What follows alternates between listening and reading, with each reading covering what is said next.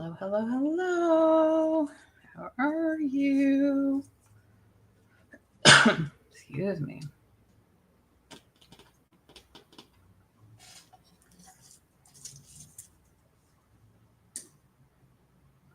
How are people out there? I saw Kathy. Hi, Kathy.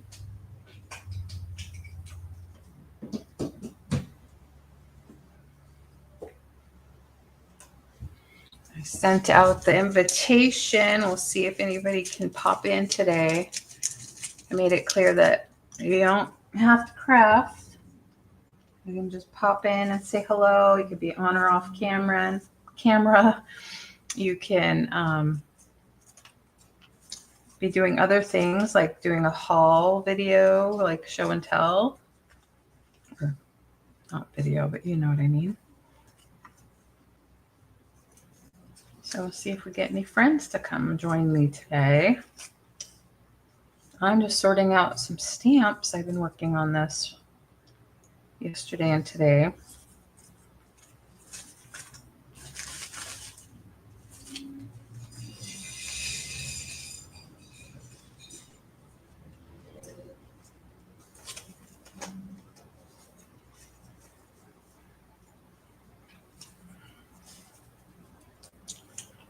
Until the point of time when I decide on what craft to work on, I'll just go ahead and sort stamps. Hi, Linda Punky. How you doing? Oh, Bridget's here. Hi, Bridge. Hi. Linda, I'm not making anything yet. I'm just doing some sorting of some stamps right now. Can you hear me? I can hear you. Hi. I heard you say hi. Sorry. Oh, I hear. Is that Chuck behind you? Saw her. Yeah, Chuck. Yeah. Chuck has entered the room. Just got back from your trip today. Yeah. Like it. And you had a nice time. Let me switch. I'm going to switch to my other camera so I can talk to you.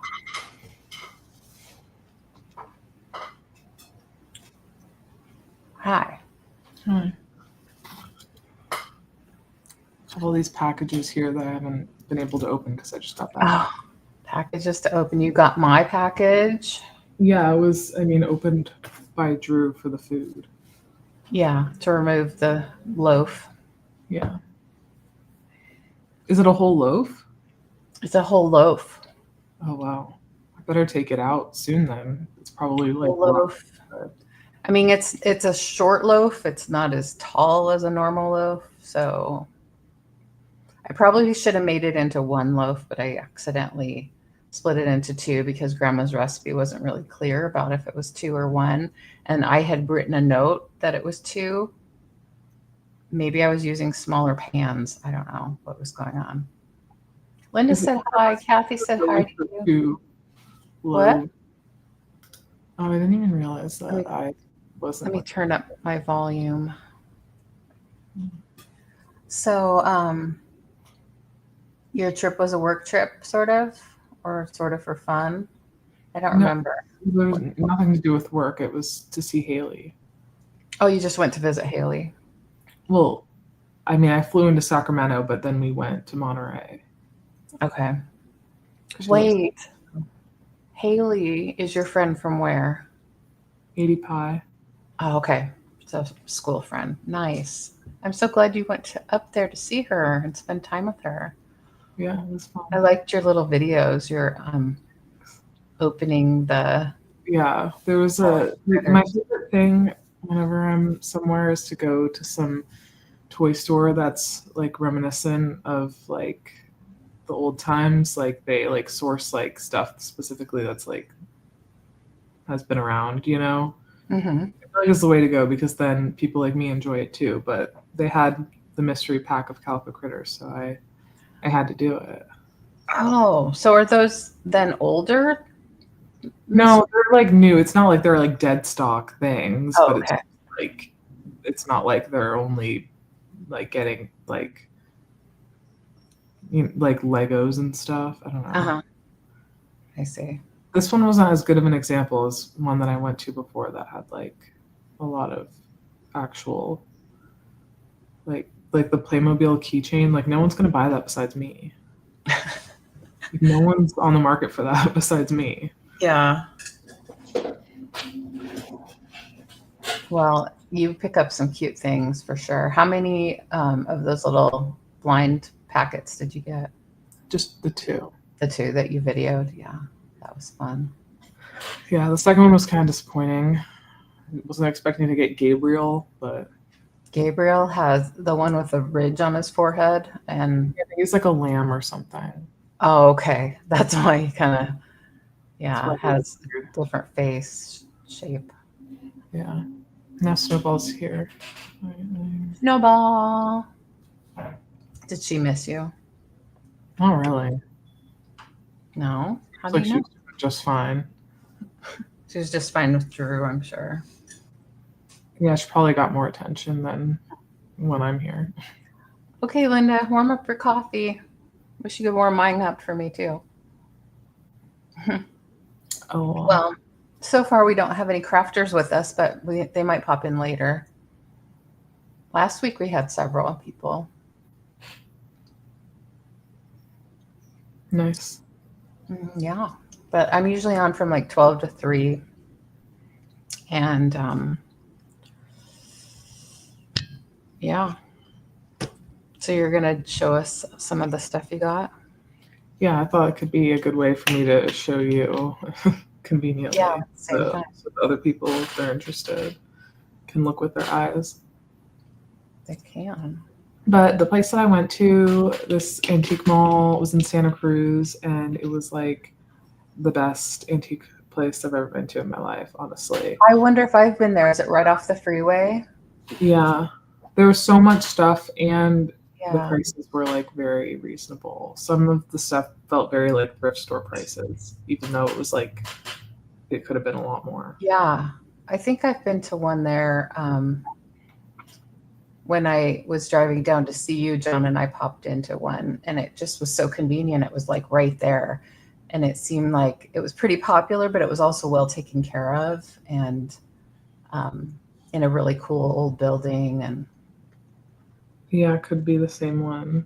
yeah, I'm glad you went. I'll be able to figure out if it was or not. Yeah, it's okay. It doesn't matter.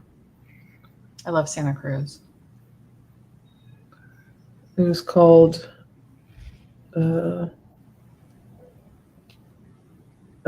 Attilia's Antiques. Oh, like Attila the Hun. I don't know. I had like an outdoor space as well. Mm-hmm. Yeah. Super cool. Yeah. Yeah. I like the shirt that you showed me that you ordered from eBay. Or Yeah, not I just eBay, post. Oh, Yeah, I showed you. Yeah. I you mean, showed me. sure. More pirates. Yes.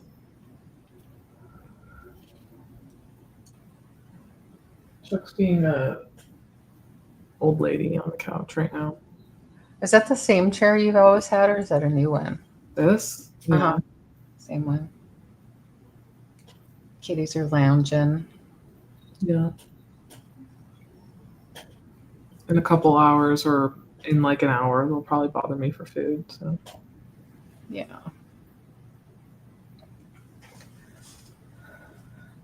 well, what are you gonna do today on this live?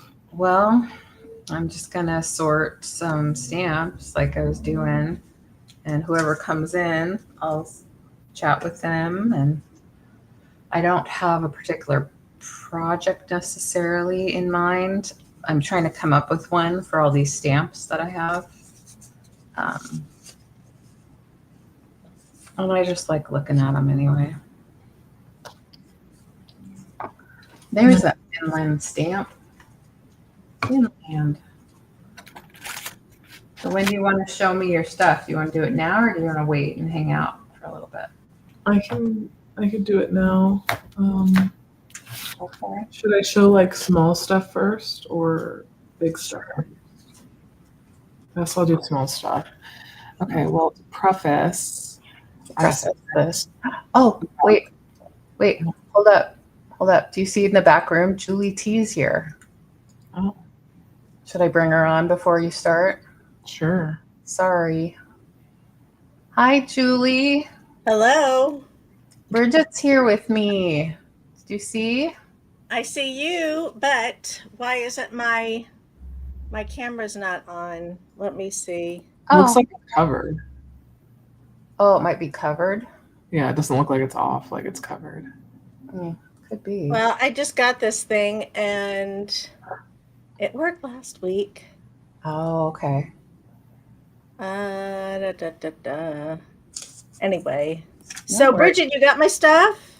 Yeah, I haven't opened it yet though, because I just got back from the airport like an hour and a half ago. Oh gosh.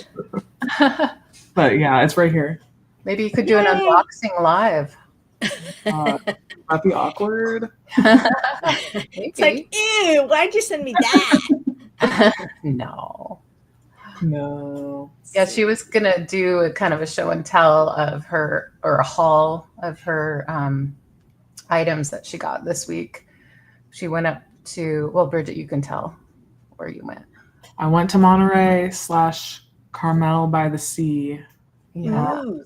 I don't know, but yeah, just to visit my friend who lives in Sacramento. So we went down, we stayed at Airbnb, and just hung out for the weekend.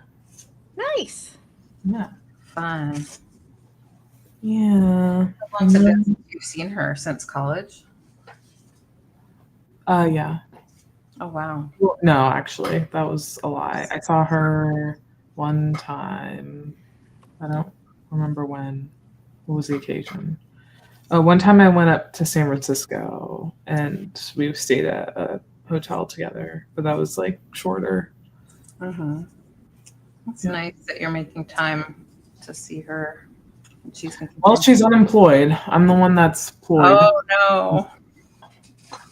That's too bad. She's got the time. I Yeah. don't really, I guess. But, Hopefully it's just a brief time. well, it's been ever since we graduated, really. But Oh. the children just can't find jobs these days. I don't know. Does she live with her family? Yeah. Hi, Linda. Welcome back. Well, Bridget, do you want to go ahead and... Yeah. I'll get into it. Okay. Well, to preface, I spent. Wait, is it like annoying to hear how much I spent, or is it No. Do you mind if I make you big so we can see more? rather than total? I'm making you big so we can see you Thanks, better. girl. Okay, girl. Well, in total, they have like separate invoices for each vendor, and I got stuff from like 10 different vendors, so it's kind of funny that they had to do it separately like that. Uh-huh. A lot of places do that, but I feel like a lot. They're counting. So, Yeah. But I spent $104.59. Whoa, big spender. Yeah, but I got a lot of stuff, and a lot of it slays. So Slays. Yeah. yeah. So I'll just go in order of items. Okay. So I got these two rings that are kind of rough looking in a way, but I still like them. I was thinking that the finish is nice for when I go to the Ren Fair. I feel like that's okay. especially this one. This is like very like Zelda to me. So they kind of look more. You're saying they look rough, but they just kind of look like medieval, I guess, or something like that. Yeah, I mean they're very tarnished, but not in a way that's like finishes coming off, more so that I feel like I could maybe polish them a little bit, but they're definitely still like costume jewelry. Okay. Yeah. So just a lot older. Okay. Neat. This one's a little hard. It's missing a bead on it, but it's okay because Can you put it closer to the camera? It might not focus. It's okay. When's the Ren Fair? Oh, I see. I'm going on the day before 420. Oh. / Easter. Slash Whichever you Easter. celebrate. Yeah, whichever you celebrate. With the little stones, I might have a replacement stone if you ever want to. Well, it's like a not little a stone. It's like a tiny rhinestone. like bead, and it's like a little pink. Oh, If anything, I should just take them all off, but I kind of like them. I see. Okay. They kind of look like miniature Dippin' Dots. Makes you think of Dippin' Dots. And this one is nice for the Yeah, vibe. like the band. Yeah, it looks like a utensil kind of.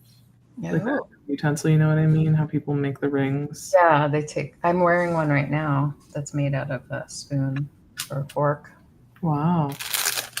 It's true. And these were just like $1 or $2 each, which I thought was pretty good for just like costume piece. A lot of times they try to do like $10 for like a worn out piece of costume jewelry, and it's like that's all worn.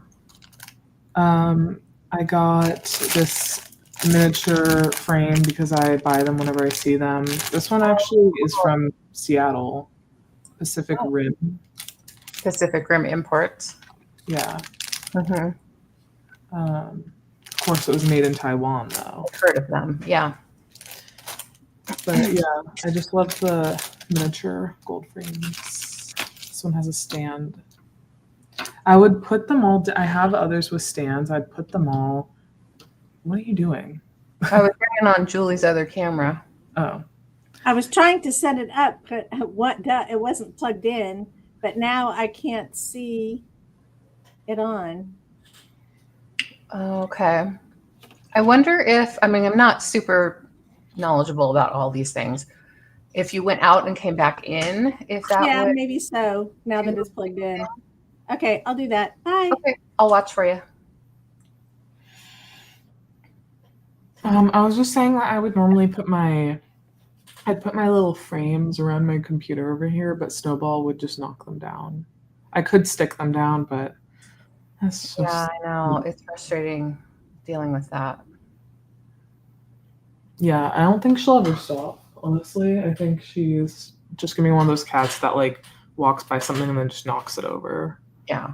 Just because they want to. We might get interrupted periodically, so if you just bear with me when I bring people in, Yeah, I will bear with you. Rather bring them in and then deal with the time because I need to do work, of course. Okay. Just saying. I understand. You could go ahead and keep showing me. Okay. I like the frame. If you say so. Totally get that. I say so. If you say so. I got this Tea Party card for 50 cents. I'm only saying the price on this one because it is on here, but they had more. There was like 5 of them, so I took one, and then maybe someone can get 4 as like a set of 4. But like, I only wanted one, probably just for like a craft rather than actually using it as a card. Is 50 cents a bad deal? Like, I think that's a good deal for a brand. No, I don't know why I was repeating. I'm going to try bringing Julie on again. It looks like her camera isn't. Hi, Julie. It's still not doing anything. I don't know. Yeah, that's a bummer. Wish I knew what to do. It definitely looks like it's just covered, not to manage. No, the light's on and it'll do preview. It's just not syncing in with everything else, and I don't know what to do. Yeah. How odd is your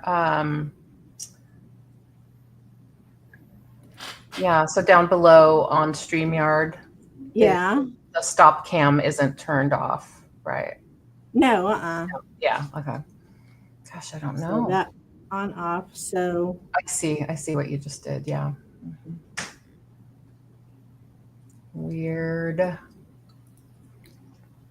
Anyway, I can hear you guys, and I wasn't going to be working on anything in particular, so I was just going to actually clean up my office because it's a mess.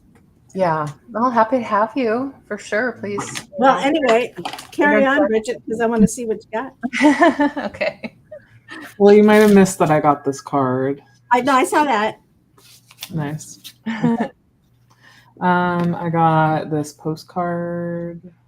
Very cute. Cute. Santa Cruz. It's unused. I don't know if I'll actually use it. Probably not. I'm not there anymore, so I'll probably just put it in my journal. I want to make a fabric junk journal. Oh. As I've told you. So I found these patches that I thought would be nice to add in. These two are the, and then there's this one. I love little patches and appliques. Yeah. I definitely have some like this, but I will probably need a lot. And then for the same purpose, there's these die cut hearts. It's like fabric hearts. Oh, yeah. Super cute. Obviously, I can make these myself, but it's nice to have fabric variety.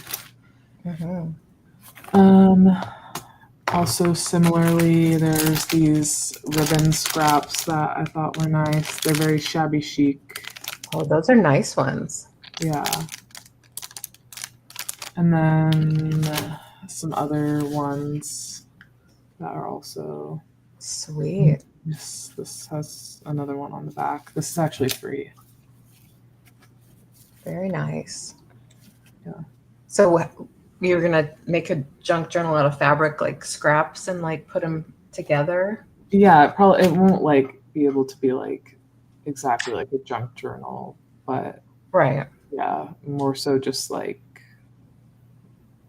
textures for fun.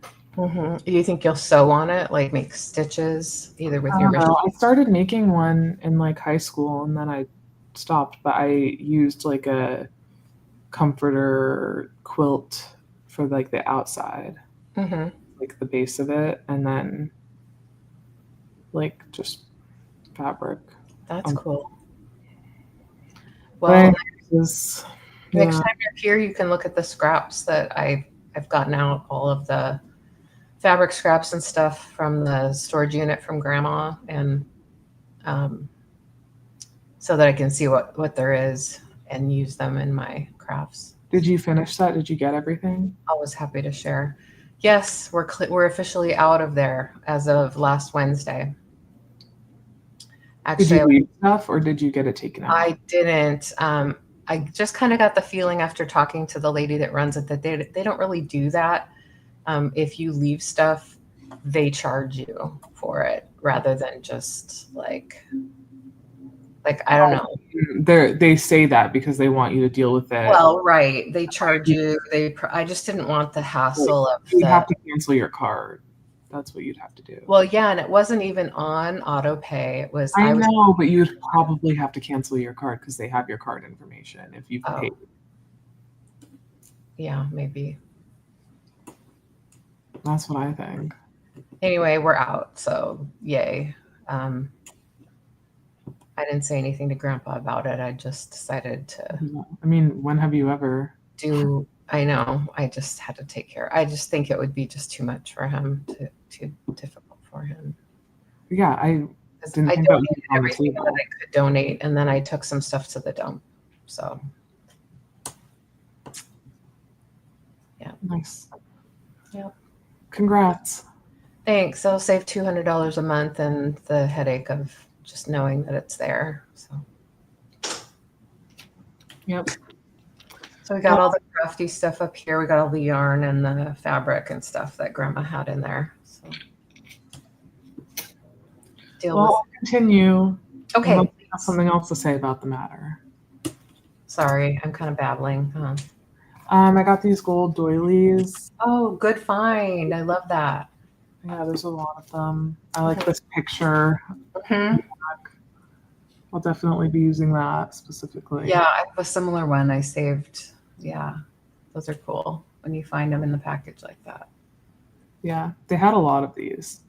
Really? Yeah. How much did they charge for that? One moment. I've found them sometimes thrifting, but $5. $5, okay. Not the best. Well, it's an unopened pack. It's vintage. I got these napkins that were like $1. Nice ones. Those are very cute. We should do a napkin swap. Oh wait, no, they don't even match the card, but they almost do. I was gonna say, it looks very similar to the card. Yeah. Yeah, they do. That's your style. Close. Yeah, I need a tea party sometime soon. Yeah, you like that tea party vibe. Linda Punky says, I remember those hearts. We used them in elementary school when she was a kid. They're the same, similar packaging. Nice. Yeah, that's neat. I got these stickers. Very Englebright. This one's Christmassy, I guess, and then this one's vibes. I mean, this one's also Christmas, but not super explicitly. Yeah. Love that. Yeah. That's cute. I love Mary Englebright stickers like that. If you're interested in knowing the price, I can tell you. It probably wasn't a very good one. I was probably just like, I like it. I like it price.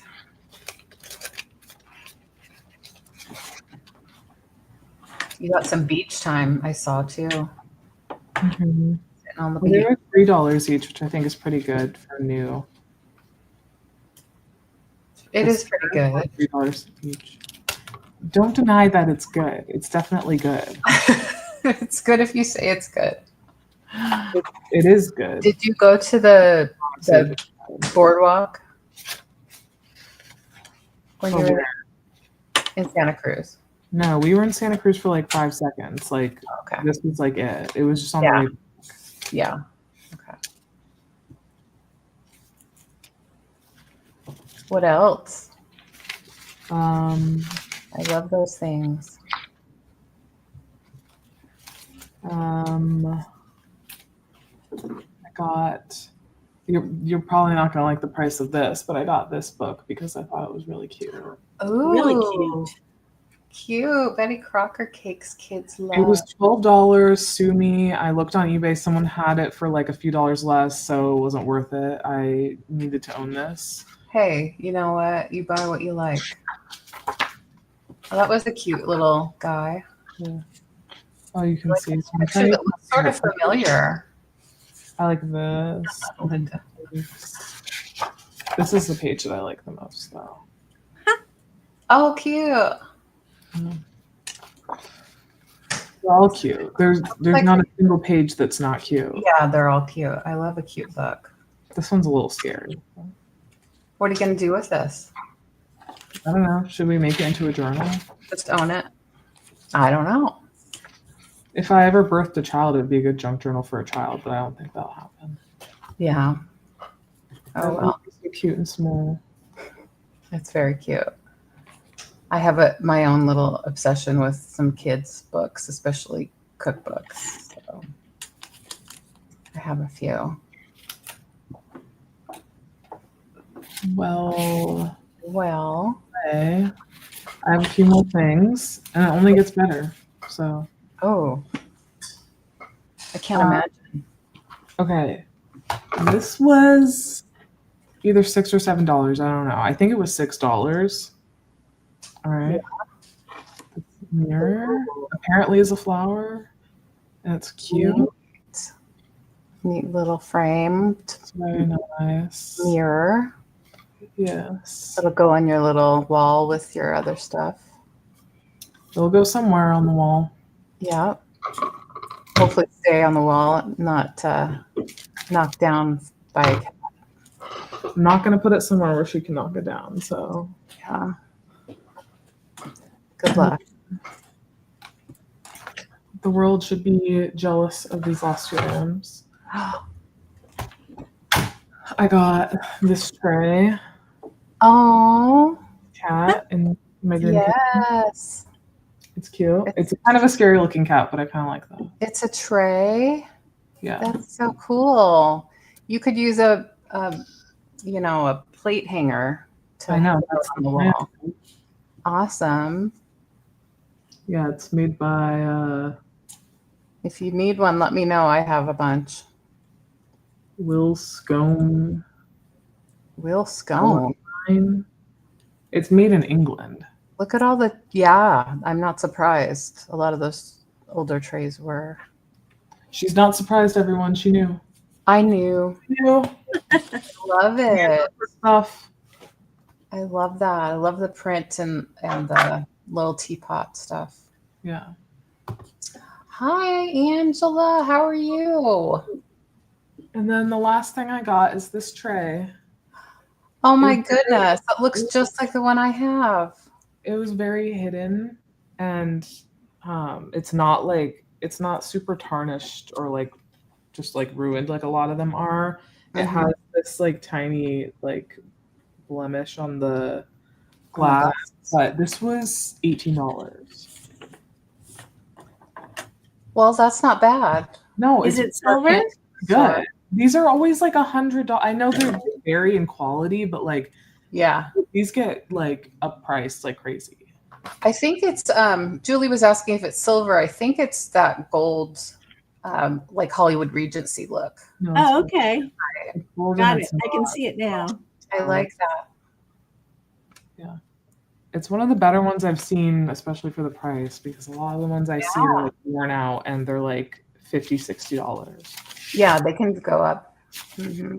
But I know to the markups in LA. Yeah. So. Yeah, thrifting and antique shopping in LA is challenging. Yes. So it's nice when you're out of town to be able to go get some good prices. The only time I ever really ball out is when I'm not in LA. When you ball out. Mm-hmm. Yeah. Yeah. So that was everything. And that was a lot of things. And I think that was a lot of things. Bridget Angela, the traveling crafter, is in the chat. She said hello. Hello, Angela, the traveling crafter. Angela, you were having a sale just a minute ago. I had it on my other screen. I hope that went well for you. If you want to put in any link to anything or mention anything, please do. I don't have a big crowd at the moment, but not to mention all my items to be aesthetically pleasing. Can't lie. Just saying. I'm just saying. Yes, you have a great taste. It runs in the family. Julie T has great taste too. Have you seen her Instagram stuff? I just got to follow her on Instagram now. Oh, I don't good. really know anything about you, Julie. I can't lie. I feel like I don't really know. I don't know your vibe. Now we can finally get to know each other. I know. Yeah. Yeah, that's great. Because, Julie lived in LA for a long time, so she might have some, insights on. Yeah, I grew up in La Cañada, went to school in Glendale. I lived in Huntington Beach and Long Beach and Costa Mesa, all over Orange County. And I had sales territory. I was an interior designer. So I was all over that area. So those are like all good areas. Aunt Jill. So your grandmother's sister lives in, what do you call it? Camarillo. So nice. We got family all over the place. Yeah. And then her kids, well, John and his wife and kids live in Camarillo too. And then Skip and his wife moved, I think, last year or something up to Utah. So anyway, but that's not crafting. Let's get back to crafting. It doesn't have to be crafting combos. But yeah, I live like very close to Campbell Hall and the other places that are relevant to Campbell Hall, where your dad went to school. Yeah. Got it. Yeah, I live like right next to there, basically. And dangerously close. Westlake. Yeah, now, you were there for the fire and all that, right? What was that? You were around for the Palisades fire. Yeah, I was like nightmare. Right in the middle of like all the fires. Like on the map, it was like 1, 2, 3, 4. Yeah. In the middle of it. Yeah, it ended up being fine for me, but like, yeah, sad. One of my friends lives in Brentwood, so she was just right on the edge, and she didn't have to evacuate because of the fire coming to her neighborhood, but they shut off all the water and the power, so she couldn't function. She's got 2 little dogs. Oh yeah. Anyway, but yeah. Sad, sad, sad. Yeah. So, We went to Hermosa Beach for one night. So I have a friend over there, and only because there was a fire that popped up like 2 blocks away, but it just burned down one house. I don't know what the deal with that was, but yeah, when we heard about it, we just left. Pretty close to Ventura, I think. It was on Ventura Boulevard. Ventura, yeah. So that was too close, and I'm glad you guys did go overnight somewhere. Yeah, the cats weren't, but that's okay. The cats hated it. Yeah. They were pretty pissed. At least Snowball was. Well, they weren't pissed. They're just meowing the whole night, and so I couldn't. how many cats do you have? I have 2. There's one up there. That's Snowball. She's only a year old as of a couple weeks ago. She's a kitten. Chuck is on the couch. She's how old is she? Probably going to turn 15 this summer. Oh, wow. Yeah. My mom's cat is almost 15, and the only way I remember is because my granddaughter is about to turn 15, and then my cat Fang is 2.5. Cute. So they don't get along at all. They don't. Yeah, mine don't really. They do, just like unless Snowball decides that she wants to jump on Chuck, then Chuck's pissed. But otherwise, otherwise it's fine. I think she'll get over that a little bit, but she'll always knock down my stuff, I'm sure. So, yeah. Well, I said I was an interior designer, so I did window covering sales for a long time, and I have 10 tons of fabric scraps from all of my fabric samples for all the curtains. So, potential drapes or whatever they were going to be. And I have them separated by color. So when you get to your fabric scrapbook, if there's a particular color you're looking for, let me know and I'll send them off. That's awesome. I was looking at like what websites I could get free like scrap samples from, because it's nice to not have to pay for just like a little piece of fabric. Exactly. Yeah, but what I did, you didn't see my project last week. It's on my Instagram page, but I have a bag I got from Pier 1 30-something years ago, and the straps needed to be redone. And then it was basically a black bag that was quilted, and it had a band of yellow orange. It's kind of like a Kenyan fabric or something.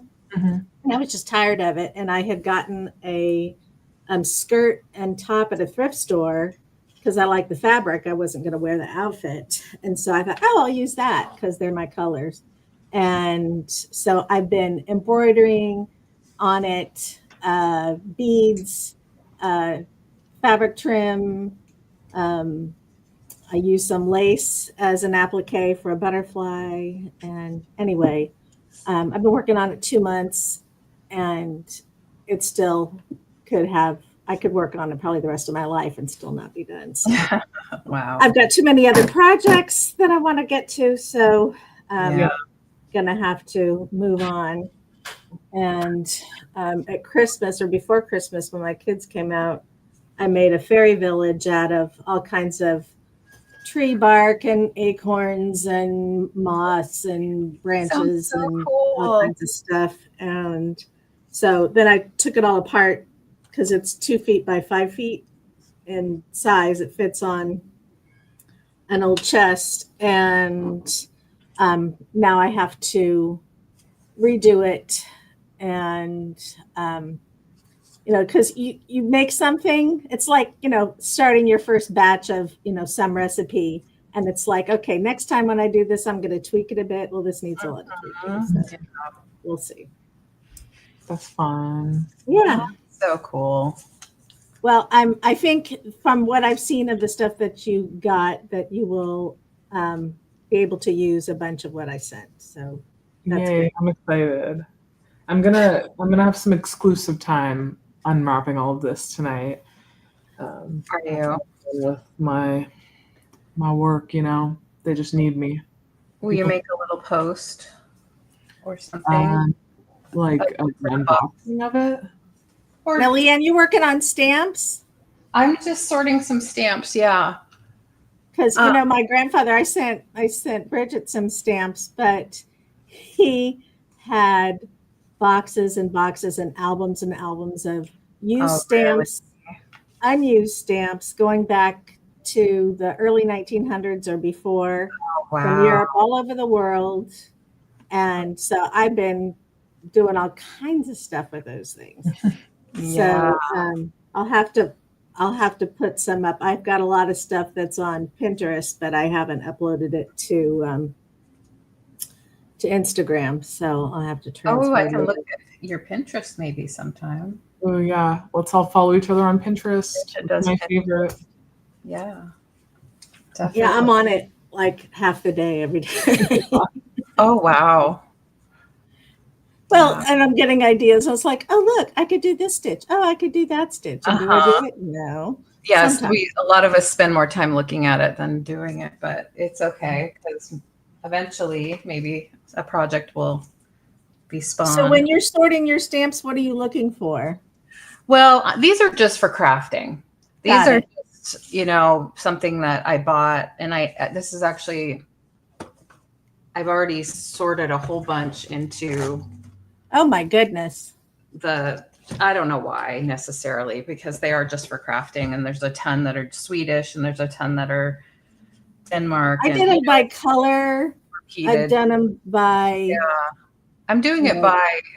And then I have like the Christmas and non-Christmas. And Bridget, I included Easter seals and Christmas seals that go back to like Easter seals and stuff. I thought you meant a seal. Yeah, she doesn't know what Easter seals are. I don't Easter think. seals. So years ago, there was the Easter Seals organization, I think, and it was like the Lung Association or something. They would put out, they would send out requests for donations, and they would include Easter seals or Christmas seals, and every year they'd be a different logo, just like regular Christmas stamps or something, but non-monetary. And so, but they're very fun, and some are so old, they're very vintage, and so anyway, you don't want them, sell them, trade them, whatever. No, I'm sure I'll want everything.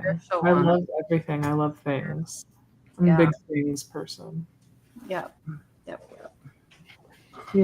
Linda in the chat says she sorts stamps by country. That's kind of what I'm doing right now too. And Kathy said it started for the polio kids, I guess, for the Easter seals. Maybe. Oh. Yeah. Maybe so. Yeah, those are fun.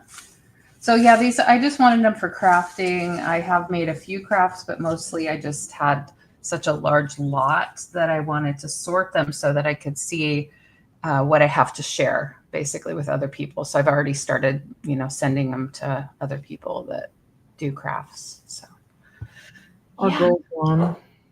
Oh, Julie got bumped out again. I got bumped out, but I'm back. She's back. I'm just, playing around with all these buttons, seeing, will this make my camera work? Oh, right. Feel free. Yeah, I'm happy to keep trying to bring you in as much as it takes. So, yeah, I have a lot of UN stamps in here too.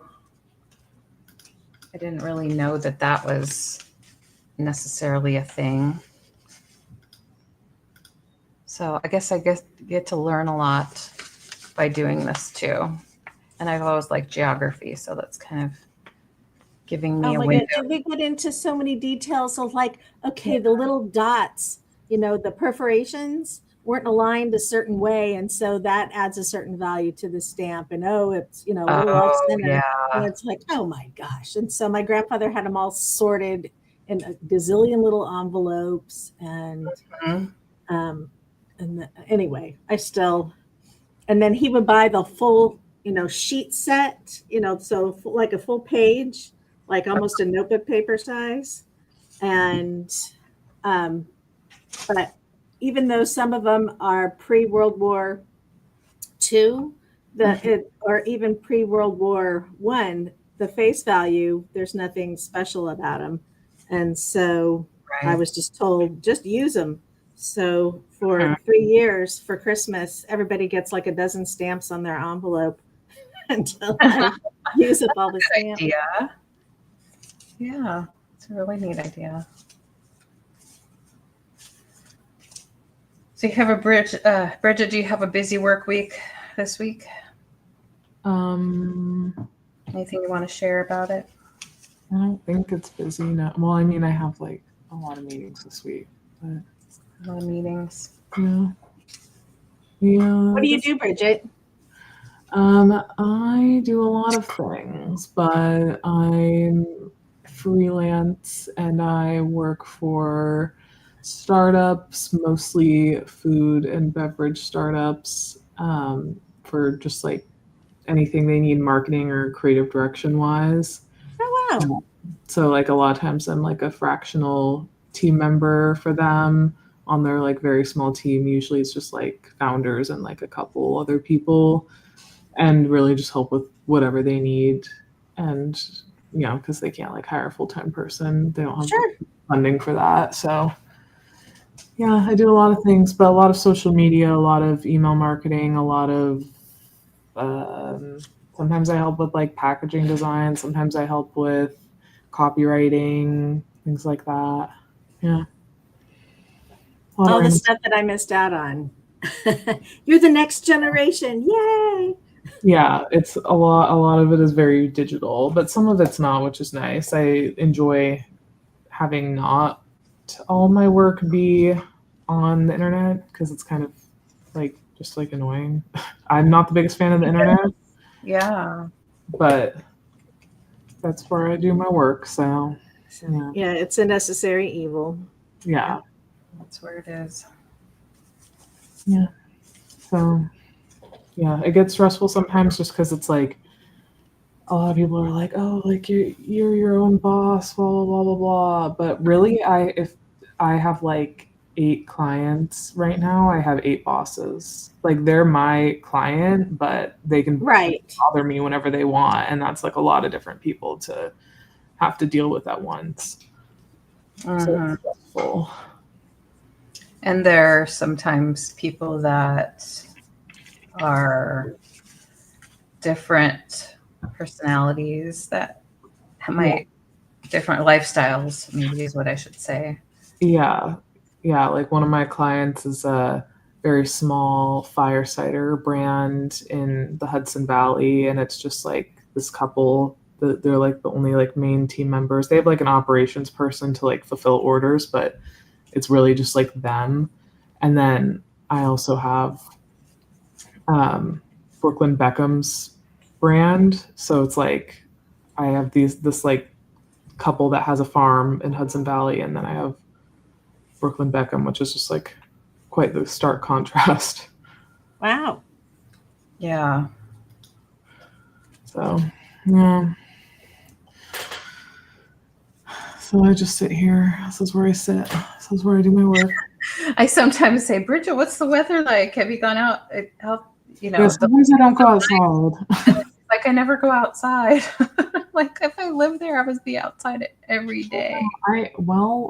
If I was employed, I would be outside every second. But it's actually been cold recently. I know a lot of people don't believe it, but I'm really cold here, even though I'm not used to the warm weather my entire life, Oh my gosh. Sometimes it's colder inside, I'm sure. Your apartment stays cool. Yeah. It's nice. It's been getting warmer, so I will be outside more. I'll be drinking more smoothies, so I'll be in a better mood. That'll make you in a better mood. Smoothie right now, I get so cold at my desk. My hands get cold, and then I can't bend my finger. Oh, right. If you're drinking something cold, it's going to make you more cold. Yeah, but even then, even when I'm not drinking anything, if it's cold enough, my fingers won't work. Yeah, that's not good. I need like a mouse pad warmer. Mouse head warmer. Or maybe there's like something that can go over my hand. Yeah. You need, those battery operated gloves, warming gloves. Oh, I didn't know about that. Yeah, check that out. I saw you were wearing little fingerless gloves when you were on your trip. Were those from Grandma? Yeah. Oh, I thought so. But they still They look. matched my shirt perfectly, color scheme wise. So Yeah, to do it. they look good. Look at Snowball. She just looks like a little elf. Oh, how she's peeking around. Let me make you bigger so I can see her better. Snowball. Oh, that won't work. Sorry. There. No. Snowball. But yeah. Oh my goodness. There she is. She wants to be famous. Bring her over, honey. Well, I tried, and she didn't want to be held. She didn't want it. She wanted nothing to do with I don't it. want to piss her off. I want her to love me. Okay. Well, She looks so sassy right now. I can see her fluffy face. Snowball, come here. Come here. Ew. Come here, Snowball. Come here, baby. Come show us your fuzzy tail. I don't think she will, because she just took Chuck's spot and it's warm, so. Oh, that's what she's about right now. Yeah, she's How's Drew? Anything going on with Drew? Sorry to interrupt you. No, he's just, I left him for the weekend, so he was just writing the whole time, probably, so. Writing and sitting with the cats. Yeah, we need him to Missing you. write a script and sell it so we can be rich. Get that script sold. He has a lot now. He's like almost done with one that he started like a month ago. Is it focused on still like animation typed? Not exclusively. I think he realizes that he needs to broaden his reach. Okay. Because no one wants to pay for an animated movie because it's more expensive. Oh yeah, I got it is. And if he wanted to just like make his own movie, it would be way easier to do that if it was live action, which he probably will end up doing. He'll like make a movie and direct it because you can't just wait around for someone to buy it all the time. Yeah, that reminds me of we've been watching The Studio, I think it's called, on Apple TV. Have you heard of that or seen it? Is that with that one guy? Seth Rogen. I've heard of it. Yeah, it's pretty good. I'm terrible at, me, I'm terrible at repeating these stories, but there's a scene where there's Martin Scorsese and he's pitching a story. Mm-hmm. It's a whole thing in the storyline about the Kool-Aid Man. They want to make they're trying to get this guy to make a whole movie about the Kool-Aid Man, similar to what they did with Barbie. That's the comparison that they're making. Like a studio took Barbie and they made it into this really big popular movie. So they're trying to do this with Kool-Aid. It's kind of a joke, right? But they wrote it in where Martin Scorsese was pitching a movie about Kool-Aid, and the main plot was basically about the Jonestown massacre where they drank the Kool-Aid, but it was really not Kool-Aid. But anyway. Interesting. But they were talking about it, and it was because Scorsese was going to also direct it, I guess. So it was like his whole thing. So he was pitching the story and then going to be directing it. Anyway, and I kept thinking you guys would probably enjoy watching this movie or show. Yeah, probably. Yeah. Do you have Apple TV already? Someone does. We just find someone's account to log into every Right, I time. was gonna say you could log into mine if you wanted to. Drew's parents have most things. I only just have had a trial, so I'm probably not gonna end up continuing it, but yeah. I think you guys had his account, his parents' account on it. There. Yeah. Well, we'll probably watch it one day. Yeah, I recommend it. We also liked Shrinking. That's another Apple TV show that we liked. It has Jason Segel. Siegel? Yeah, I don't know. And Harrison Ford. And, you know, You're really avoiding finishing Severance if you're into all these Apple TV shows. What about that? Are you like avoiding finishing Severance? No, we finished Severance. We did. Season 2? Yes. Oh, that was fast. Yeah, we got through it. I forgot I'd mentioned that to you. Did you like it? I think I liked it. I was surprised the way the end went. I was thinking he was going to go the other way. Well, I don't want to give it away here for anybody who hasn't it makes sense, I think.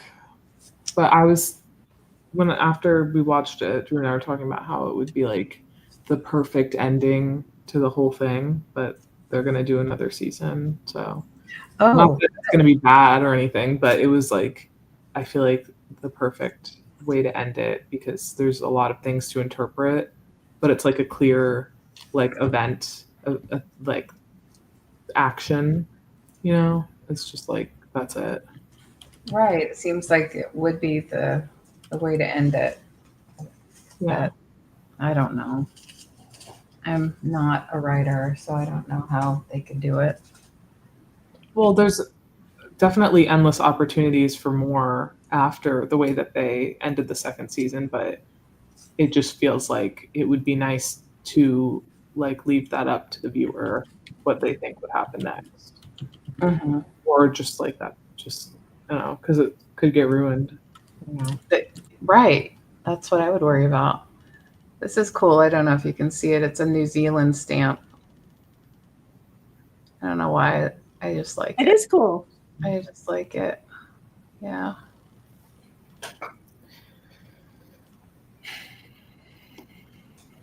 Well, I should probably go. You're going to go? Okay. Yeah, I spent an hour here. I know. I'm surprised you had the time for that. I don't, but I made time for it. Thank you for making time for that. Check in with your sister one of these days too. She I more than you do, but not about like checking in with her, just like random stuff. I've seen her a little bit more this week. This last week, because she had spring break this last week. What did you do? And Jessie has been really busy with opening day stuff, working a lot. So what did you do? Well, she helped me on Wednesday. She just happened to be available when we were going to go down. I was going to ask how you were able to accomplish all of that without help. Well, we had gone down Saturday already, drove, the hour and a half and then hour and a half each way to, take some stuff out, donate some stuff, and then try to schedule a truck to come and pick up the donations of like furniture. So we did that, but the only time they could come was Wednesday. So John took off midweek, took a day off, and we were going to go down there. And Maddie texted me that she didn't have anything to do. And I said, well, we're going to go down if you want to come with us. So it wasn't like planned until it wasn't clear what was going to happen until that morning. So anyway, she's done with spring break, but she's not like super busy this week. So you could talk to her. Yes, I could. Yes. Well, I'm gonna try to get back to streaming. I just have Yeah. been busy. So Yeah, do that. yeah. Okay. Well, thanks for coming on. Mhm. Please do take some pictures or something. It doesn't have to be a produced video, but of what you got from Julie so I can see. Yeah. I'll do a little haul for you. All right. Okay, well, bye guys. Bye, Bridget. Bye. Bye. Nice that she could pop over. Yeah. Say hi.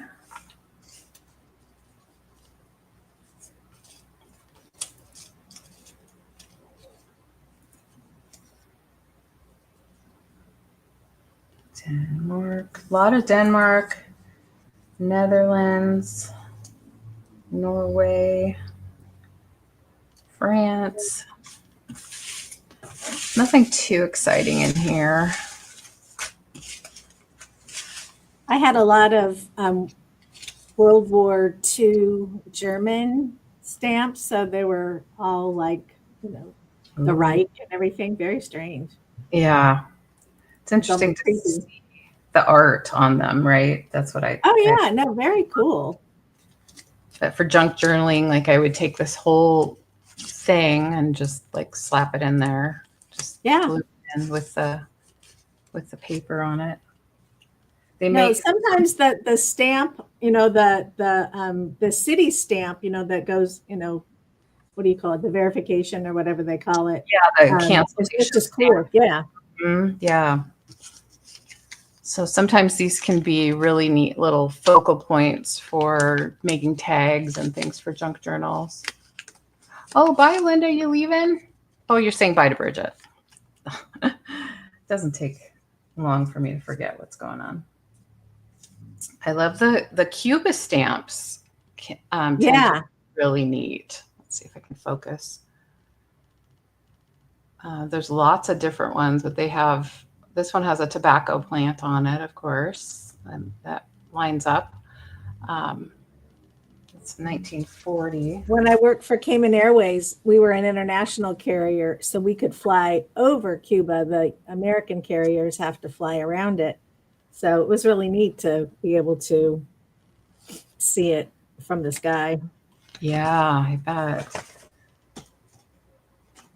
But I haven't come across a whole lot. I probably maybe had a dozen Cuban ones, and saved them from my friend who was born in Cuba. She was kind of smuggled out by her parents. Oh, wow. Yeah. So you're getting a lot of rain. It looked like you are getting the same weather system that we are here. Well, today it hasn't rained yet. It rained a lot overnight, it looked like.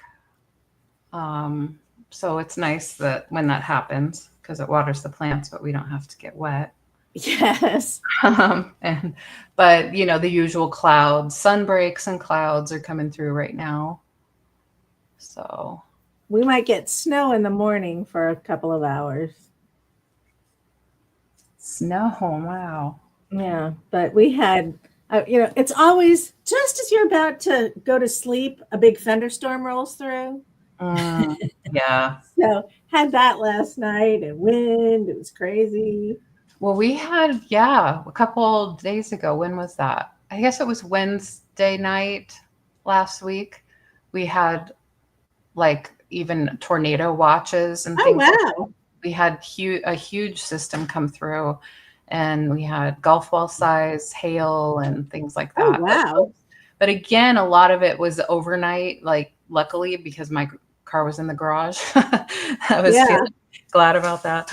But yeah, we were I was a little worried when I heard the weather report because we were, I was kind of stressed about emptying the storage unit, renting a U-Haul, and whether or not that would get damaged by any kind of weather event. Sure. So just kind of added to my stress for that project. Well, it's nice to have that behind you. I'm glad. Yeah, I'm glad that's over. That was the last bit of stuff that was hard and emotional for me to get through. A lot of mom's stuff, a lot of dad's stuff from his engineering office when he retired was just kind of plopped in there. So he didn't need it. It wasn't going to be used for anything. You know, a bunch of binders and drafting equipment and things like that. Oh, yeah. I still have stuff of Dad's I'm working my way through. And Yeah. it's been 3 years since he died. But then I bought my place and Yeah. then had to sell my place. Yes, So- after you fixed it up so cute. Oh, thanks. It was fun. Yeah. But I got over living in a mobile home park. Mm-hmm. Yep. And so I can say I did it. Yeah. Add that to the But I prefer regular stick-built houses. Yeah. Yeah, I understand. But they have their kitschy vibe. They do. I haven't had that experience, but I definitely wouldn't. Yeah, shy away because it's from not it. just flamingos in the yard. It's each person had their own. It's like I don't know why people who lived in regular homes move to a mobile home and decide, okay, let's put a bunch of ugly crap in the yard and not take care of the landscaping. And Yeah. but anyway, Yeah. I suppose made they're it my own, and different. You did. Yeah. that was fine.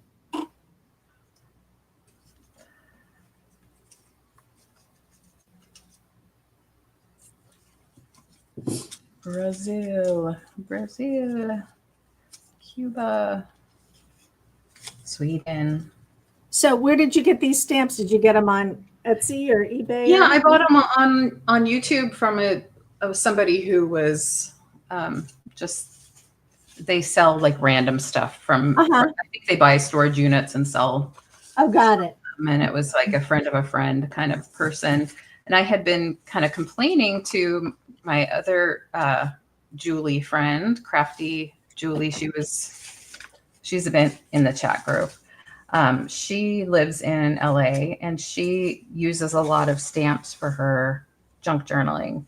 And she says that, oh, you can find them, at flea markets and things like that. Well, I hadn't had that success. And when I did find them, there were small quantities that were just far more than I wanted to spend. So when I saw these and I was able to get probably for just over $10 plus a little bit of shipping, I was able to get a whole bunch of these stamps. And, some of them aren't so exciting, but some of them are neat. Like I have like 3 bags like this. Oh, wow. So anyway, it was a way for me to get them quickly and I didn't have to go to a flea market and try to search for them. So Oh, sure. it was a good deal. And I'm not too picky about it. Mostly, it's just for the color, just to have a little splash of color and interest on a page. When I do I do Christmas shadow boxes and make little vignettes, Oh, and I use them as art on the walls. But I've used them in journals. I've covered stuff with them. I've made like a collage out of them. My kids are all in Florida, and so my son-in-law, he likes to fish and stuff. So I made. Well, I'll post them on Pinterest, and then you'll be able to see the variety. I'll put it in that category. that'd be great. I'd love to see it. Because, I'm looking for projects to do with these things. So, Well, all you have to do is look at Pinterest under postage stamp art, and you'll find that's 10 true. tons. So much inspiration there. Yep. What are you seeing, Lena? Hi, Lena. I should get the package today. Okay. Sounds good. I'll look for it.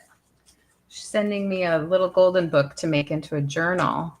Oh, I've got a bunch I got for Christmas, and And I got them just kind of as decorations, and then I'm not doing anything with them. So I'm happy to send them on to you, but they're all like So Christmas nice. themed. They're all Christmas. Yeah. That's great. I love them. I love the Christmas ones. I'm gonna make some for future craft sales for Christmas. But I'm gonna put these away for now, and then I'll get out my junk journal that I've been working in. Where are we? UK. So how many have you made to sell? I've made 6 so far. And how much do you sell them for? Well, this will be the first time I'm selling them. I'm gonna do 25 because they're a naked journal. So basically ready to have the recipient decorate it. Right. And I'm sending a few little extras that they can get started with.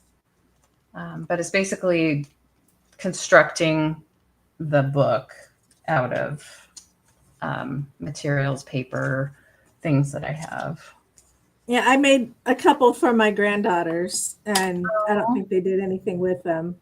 Yeah, sometimes. I didn't do the all the sections and things. I just kind of basically punched some holes and put in some artsy paper and some stuff I cut out, and to hopefully kind of get them started. Yeah. When they're ready to use it, they can do it.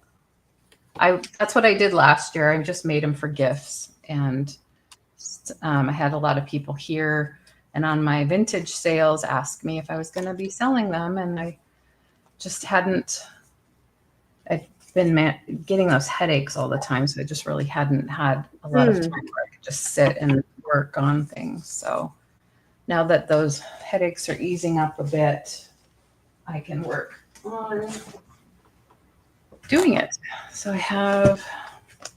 have Pooh and the Honey Tree, Pooh and the Dragon, which I normally wouldn't have picked out to do a junk journal with, but this book was really falling apart and I wanted to save it because it had such great pages.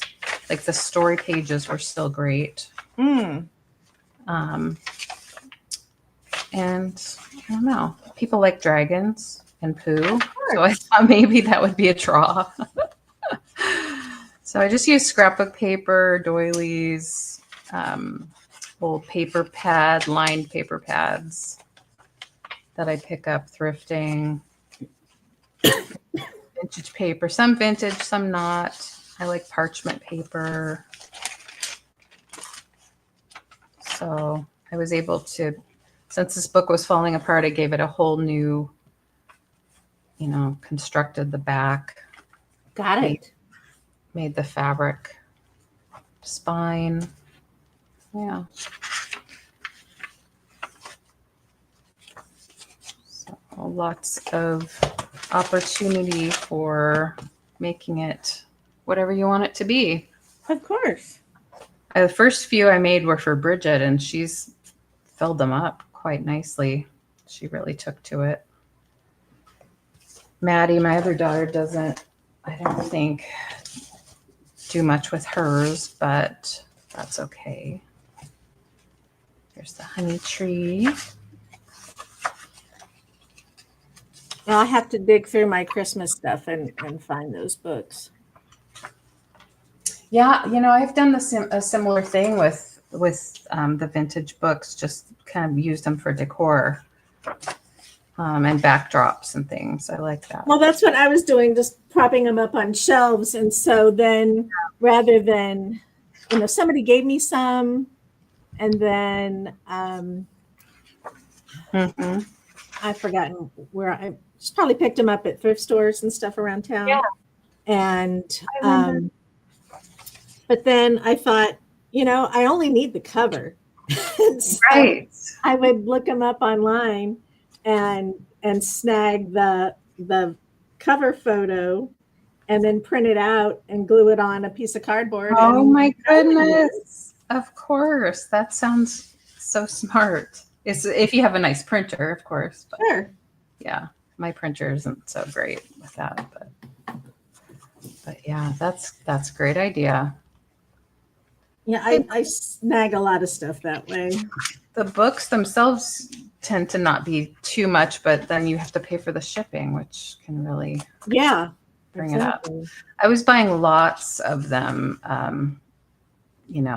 20 at a time on eBay, and then I would group them, sell off the ones that I didn't want on my shows, group them in lots, and then keep the ones that I wanted for my own collection or for making a junk journal.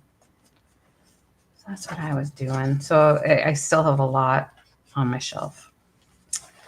This one's loose, so I might retie that one. It's good. Good thing I'm looking at this. Erasing the pages. So Lena is sending me a Beatles little golden book. Wow. Journal. So that'll be a first for me. Yeah, I've never seen that one. That'll be fun.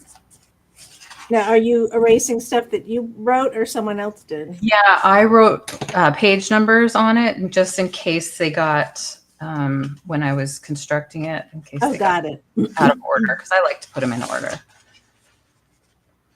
Yeah, I never made a formal book with the signatures and all that. I've just kind of threw them together. Yeah. It's like, okay, what would be fast? Yes, of course. So I just, like punched holes and tied some string through it and tried to make spacers. So if, they wanted to put something of volume in there. But like I said, I doubt they ever did anything with them. You just never know. Yeah. Well, I like that idea of just, adding to it the way it is. That works too. This way, it's just because, adding 1.5 inch spine. Oh yeah, no, there's no way you can, put a lot in a book. Add all your goodies. Yeah.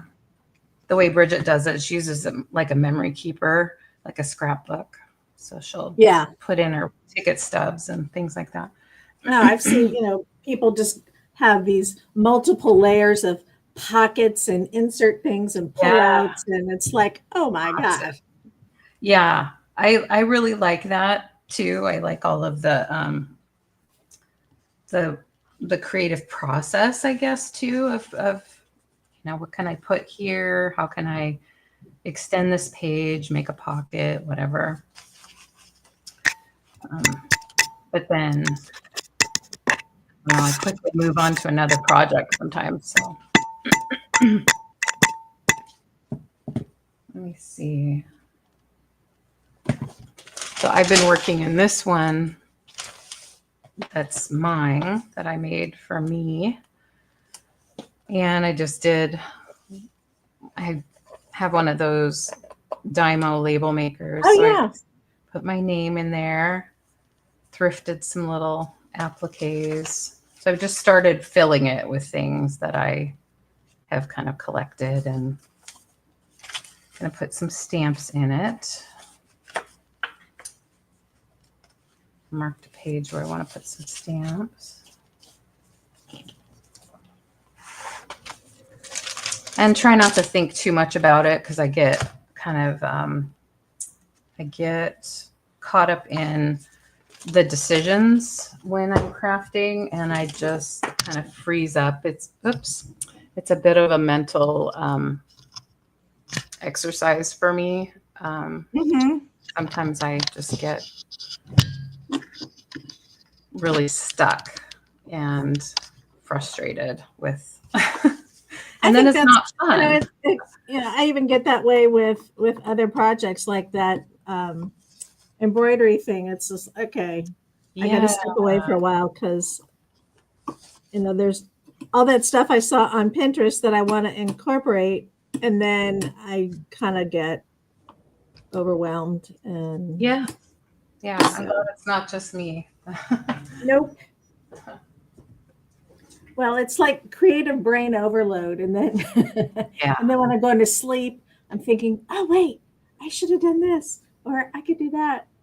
But now I don't mind if I don't, I'll try something, and if I don't like it, I'll just pull it all out or cut it off or whatever. It's just, I'd rather get rid of it than just be annoyed by looking at it. It's like, why did I do that? Right. Right. Just move on. Well, a year ago, April 4th, we had 10 inches of snow. And at this point, the garden, you've been here, right? Yeah, I was there one time. Yeah. A long time ago. So, Mom's got 4.5 acres. And so right now, all the fruit trees are starting to leaf out. The weeping willow and the roses and everything is kind of busting out. Well, because of the snow coming when it did, it really froze the fruit or the potential for fruit. Yeah. So we didn't have a lot of apples and stuff last year. So I'm really hoping that we don't get surprised again with another early spring snow. So we like looking at the flakes and then having them melt and not have to deal with ice and shoveling and all that. But every once in a while. Yeah. Well, I got an appointment tomorrow to go to the orthopedic surgeon. Oh, okay. And still waiting to have the MRI done. But the orthopedic surgeon they set me up with, I've had before, and I do not like him. So I'm going to need to find out how I can go about getting a different one. If I have to have surgery. Hoping I don't, but. Right. I looked up the ACL surgery on YouTube, and it's not pretty. It's like, yeah. It's like they take a big old drill, just like, your regular tool drill with about a 1/2-inch bit and drill that through your knee. I'm like, no way. Yeah.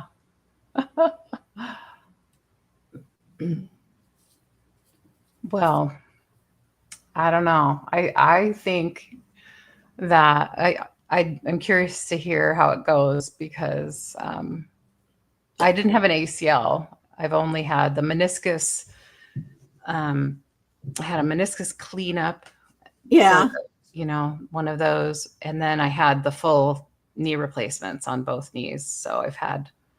I've had that. That's just as involved. It's pretty brutal. Yeah. Yeah.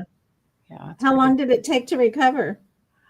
A little while. I was working as an esthetician, so I was on my feet a lot for both. I'm trying to remember. I think I took 2 weeks off. Oh. With each, and then did a lot of slow, or took it easy at work, I guess, as much as I could. Most of my work was sitting, but there was, getting up and going in between clients. So I did have to walk around. But they want you to move around. So yeah, well, I'm on the 2nd floor, and so going up and down stairs is fun. But I'm figuring it out. Yeah. And they teach you before you leave the hospital, they teach you the best way to go up and down the stairs with. Oh, that's good. With that recovery. So. Yeah. When Mom did fractured her hip last year. Hip. Yeah. She was at a rehab place for a couple of weeks. And then the last day when I went down to pick her up, she was in Modesto. They had me train for 2 hours of how to help her. Yes. So then she got to graduate. Right. But she's doing fine. But she uses a cane when she goes out and about. And but it turned out that what caused her to fall was she had vertigo. So then she had to go through exercises to move the crystals around in her head, and at least that did the trick. So she hasn't had the dizzy spells. Oh, that's good. Yeah. Yeah, they went through that with me to make sure that my dizziness and my migraines weren't the crystal thing, and it wasn't. They quickly decided it wasn't. And I was like, well, that's good, because they kept telling me old people have this, and I wasn't wanting to be in that category. Yeah. Now, did I was they determine if your migraines were hormone related or stress or all the things. They got haven't. it. They haven't. They just think it's all of those things combined. Got it. Mm-hmm. So they're doing all of the things to. I mean, they haven't taken me off of the hormones or done anything different. I'm still on them because I didn't like the hot flashes that I was having a couple years ago. But you know, they added some anti-inflammatory prescription thing for headaches and gabapentin and stuff like that, and that's helping me manage the major symptoms of it. The dizziness is still kind of there, and there's sort of a bit of a pressure on the back of my head that's kind of always there. But I'm working on those things with just, I don't know, stretches, massage, exercise, a lot of fluids, all the things, but we don't really know if it's a crapshoot. Yeah, it's kind of a crapshoot. And I thought at first when they said, well, we're going to do this, you're going to go to physical therapy, you're going to do, I'm like, well, how do we know which thing it is that helps if we're doing all of the things? And they said, well, it doesn't matter really, as long as there's some improvement. It doesn't really matter what the things are. They didn't really say it doesn't matter. They weren't dismissive like sure. that. Basically, the gist was that this is how we do it. This is the headache clinic at University of Washington. So, hi, Anitra. That's okay. If you're not feeling well, you do not need to push yourself to come on. Yeah, I'm planning to do every Monday. So you're welcome to join anytime. I'm really not doing much exciting. And Julie can't get her darn camera to work, so we're not doing a lot, but just chatting, which is okay too. So we can do that. How are you doing, Anitra? How's the weather in your neck of the woods? Let's see. Get back to putting in some fun stamps. Let's find some fun stamps. I'm just going to glue in some things and make a bit of a collage page, I think. That's my goal.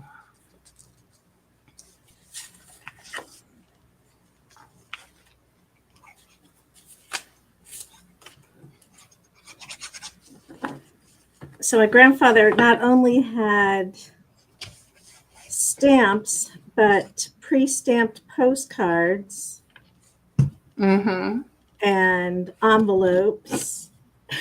And have like, the what first... do I do with them all? But I think they'd be really good for your journals. Yeah, so, I know.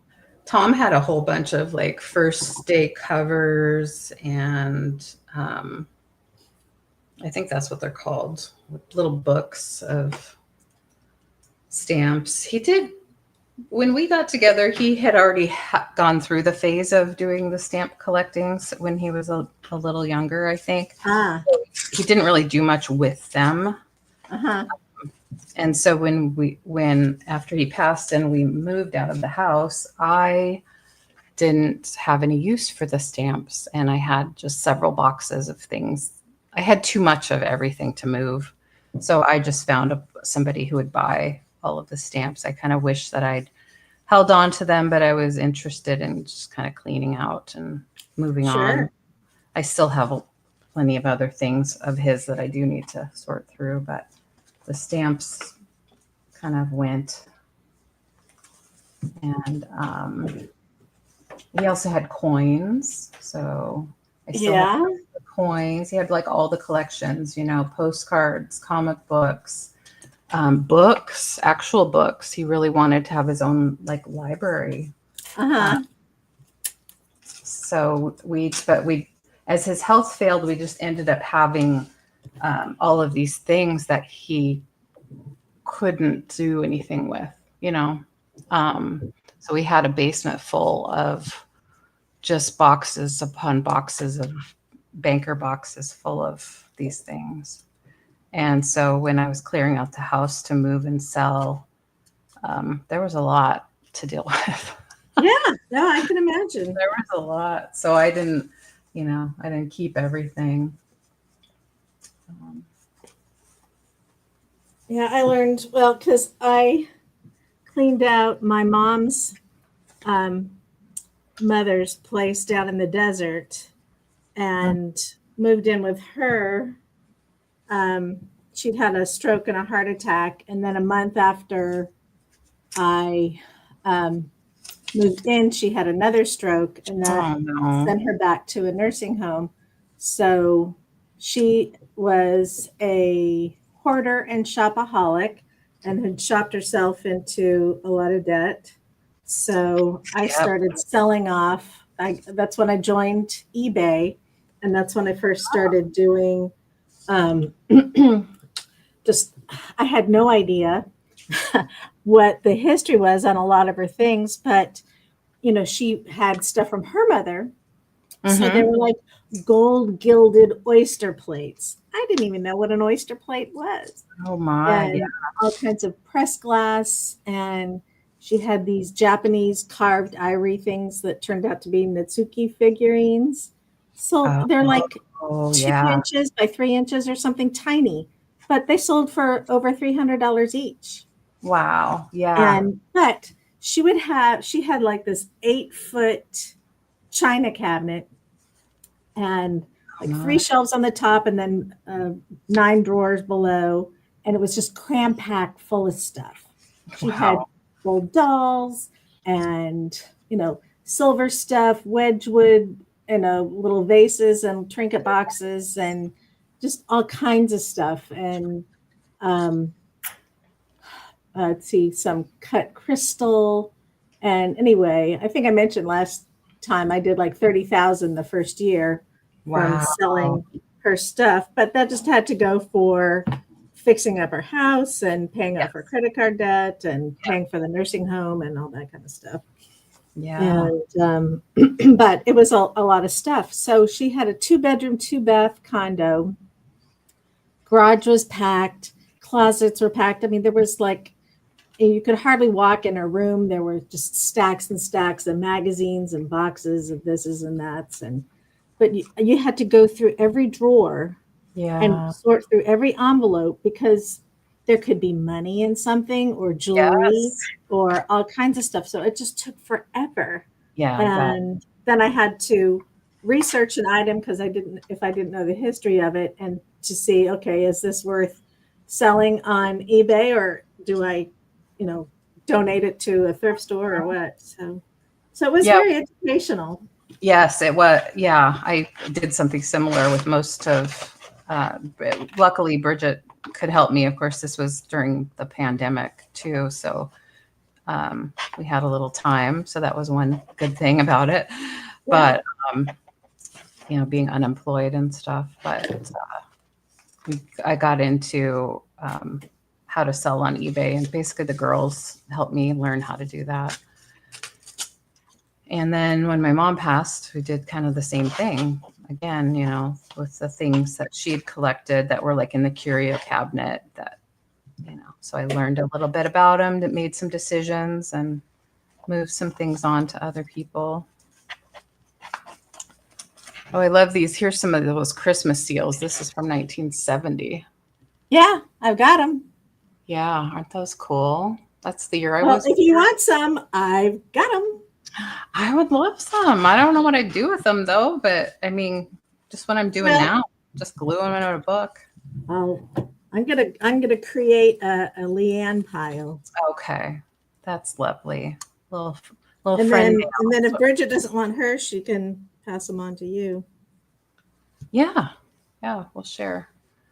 Let's see, what does Kathy say? IGU, the almost done pages of the next journey. Oh, cool. Let me check on Instagram and see what Kathy's talking about.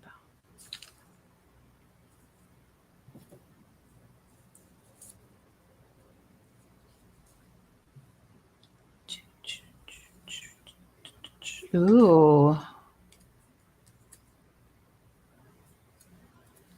She's been working on her art journal. Looks like, wow, those are great. Some fabric pages. Oh, that's funny. Do you mind if I share, Kathy? If I bring it up on my phone, I can share on the camera. Wow.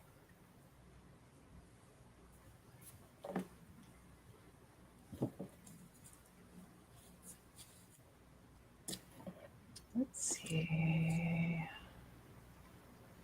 Just checking my messages.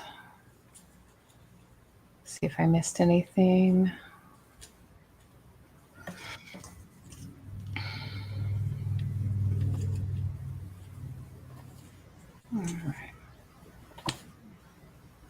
All right, I'm going to bring up Kathy's stuff to share in case anybody's out there watching. Or let's see.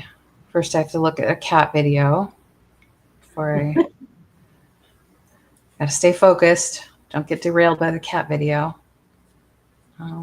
Messages.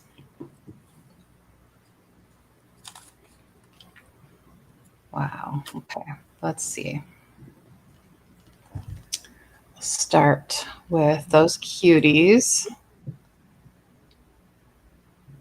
Is that a collage? Like little, Kathy, are those little cutouts that you put together in like a little collage? I'm trying to see if it's what that is. It's cute, whatever it is. And there, I recognize that owl. That owl is in the Shy Little Kitten book, I think. One of the books that I just have been working on. Fun. So just taking some paper and collaging it, kind of like what Angela and Julie were working on her live.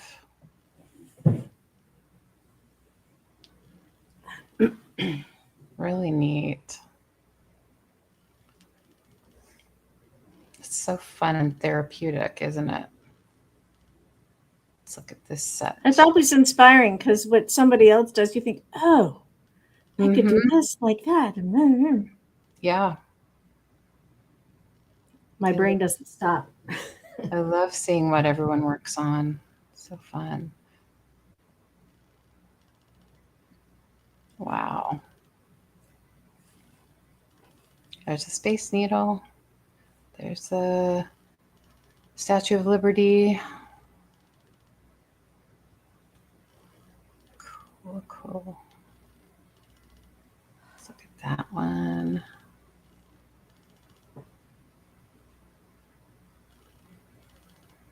That's neat with the little girls. And the flowers. And the Twin Towers were in that shot. Yeah. This is funny. Is that on fabric? Are they fabric pieces on fabric backings? What am I saying? This one looks like me, that one. No. Maybe not so much anymore in my old age, but look at that. That's cool. I kind of recognize this. Is that Daisy Kingdom? Might be Daisy Kingdom. Neat. Oh, wow. Come on over for a bite. Funny old. Oh, you're going to add names to those bottoms? That's funny. Those are great.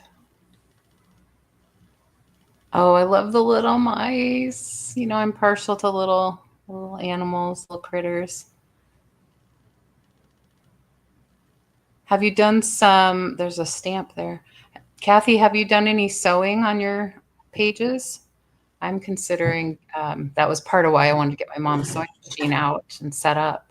So it would be, you know, one step closer to me doing it and sewing on my pages.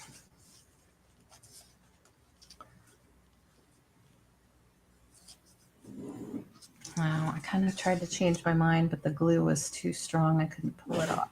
So I'm gonna do that.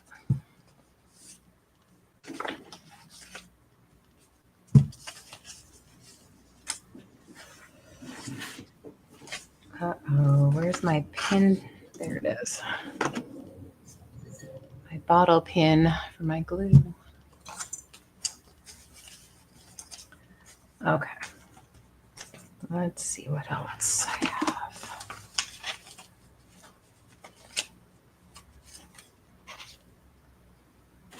Commercial aviation.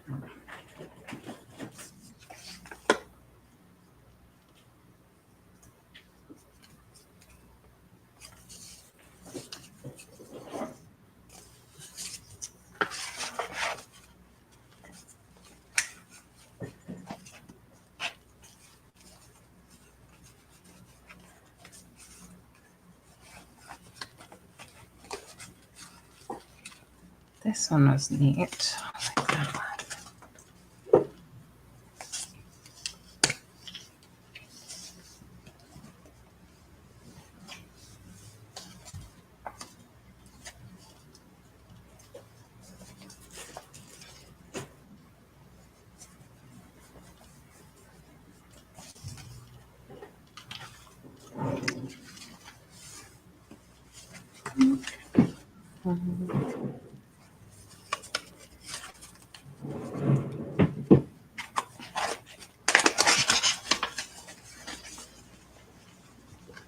Oh yeah, your new sewing machine broke, so you had been doing a few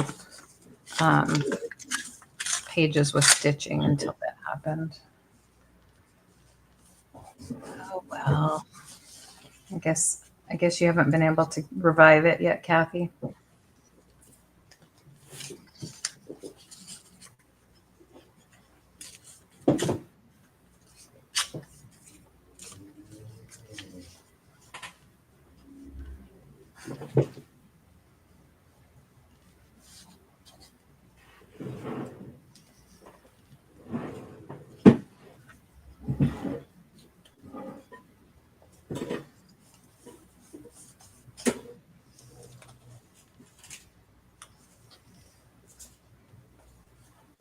Yeah.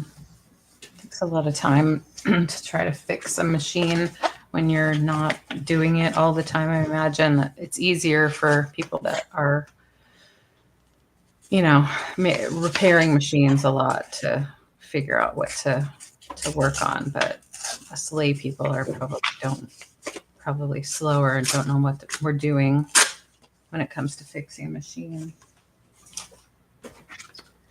That's why it costs money to get it done, because it takes them time to do it, I guess.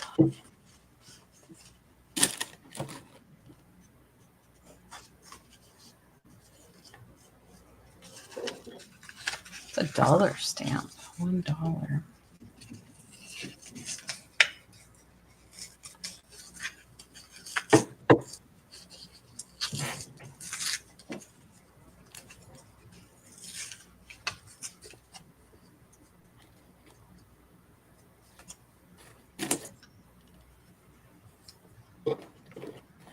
You're still pissed at it. You don't want to deal with it because you're mad at it. I understand.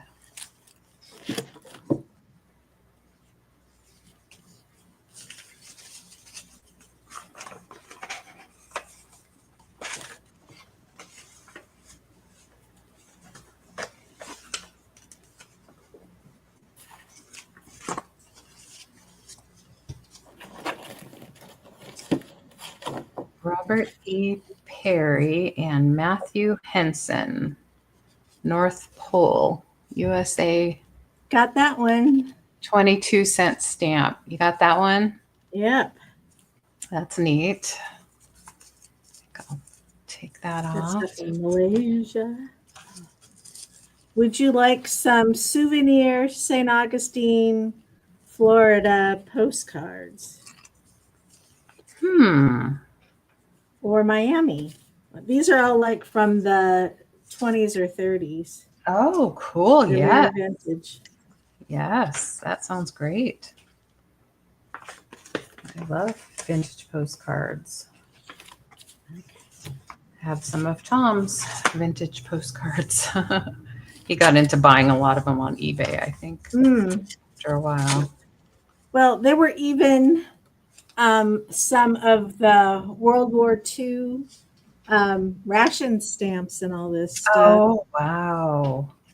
And then like blue chip stamps and green stamps and The blue when I was little. Yep. And those are fun.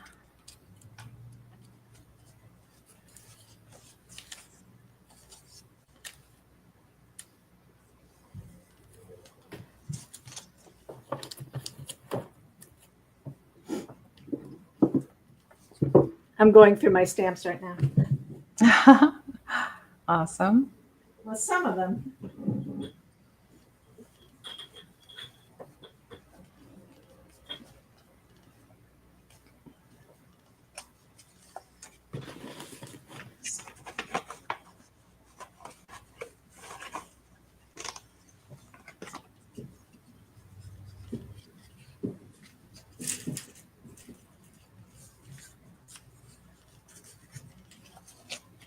Getting these modes are like, okay, I'm throwing everything in a drawer. It was like my grandmother. Yes. And then, okay, I'll sort that later. And then a year later goes by and I'm like, Yeah. Yeah, I'm famous for squirreling away things. Yeah, that's what I call it. Squirrel.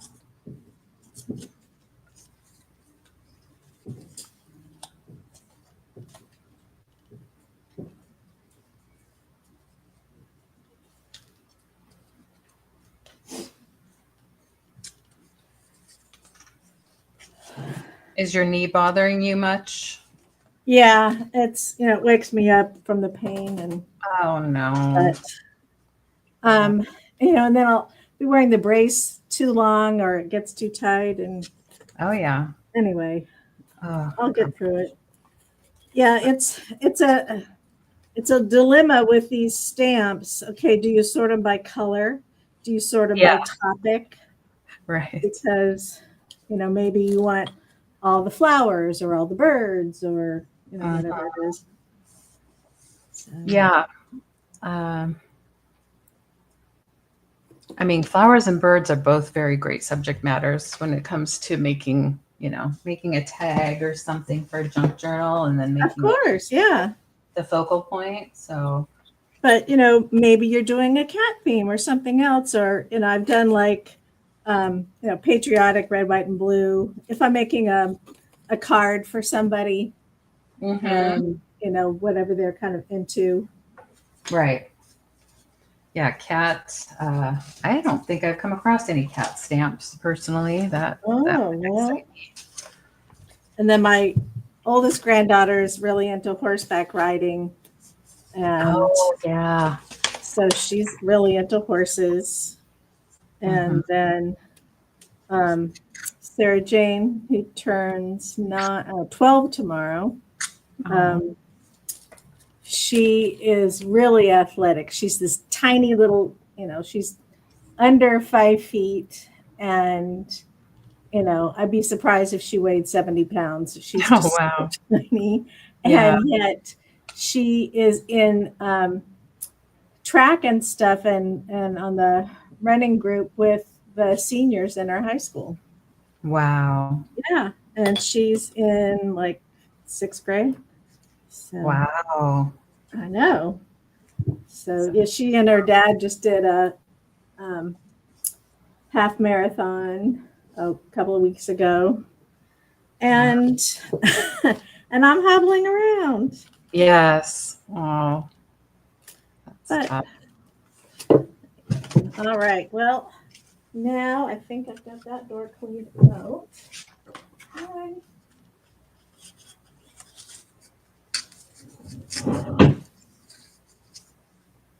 Something these stamps just kind of wedge themselves in places like the between the side of the drawer and the bottom of the drawer. Oh they yeah. jam in. Okay.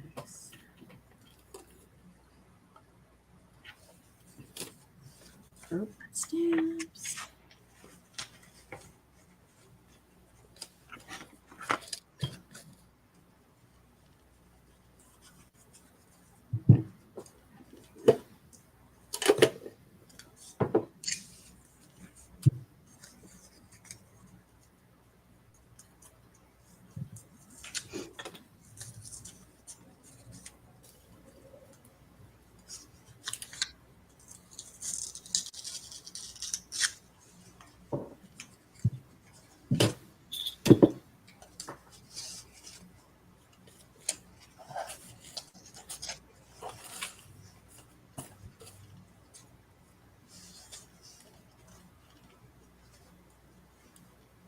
I got stamps from Belgium and Ireland, England, France. Awesome. Hi, Denise. How are you? How's the weather in Iowa?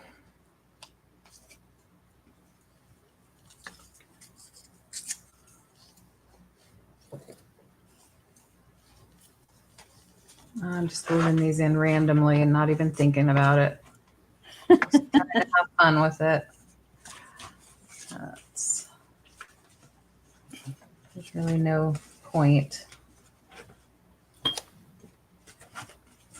than just having fun. I like this popcorn wagon. They made some. Yeah, I've got a bunch of that whole series. Lunch wagon. Yeah, I like those. And there's stamps that are like 7.5 or 7.3. I'm like, what? Yeah, I've never seen this. Is 16.7. Yeah. I don't remember seeing that before. No.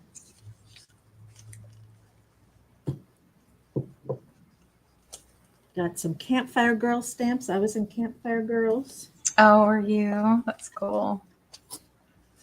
I was a Girl Scout and I did that with my girls. We were in it for quite a while. Yeah, I think my granddaughters were doing that for a while. I know.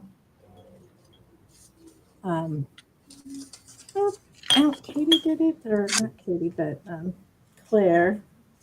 And at least now, I just don't think the cookies are as good as they used to be. That's what I've heard. That's what And they've just lost the quality. Plus, you don't get as many and you pay, twice as much. So I just do a donation instead. Yeah.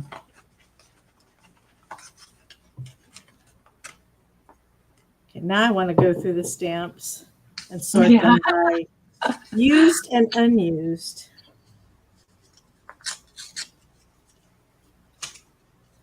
Getting down to the desperate. I need stamps for Christmas cards. One more year if I can squeeze it out. You're so good with the Christmas cards every year. Well, it's becoming a lost art. It is. People, actually sending actual mail. Right. And my granddaughters never send thank you letters or anything. Yeah. I mean, I get a text from their mom saying, "Oh, so and so thanks you for the money or whatever it is," and just not the same. Not the same. That's right. And since they're on the East Coast, it's hard to coordinate, calling with all of their active schedules. Yeah, very active. Oh, good. Denise got her mom's house listed. That's nice. You got that. Weather's That's a not big too accomplishment. bad. It is a big accomplishment. Yeah, I've been through it myself with my parents' house. Hi, Thomas. How are you? Good to see you.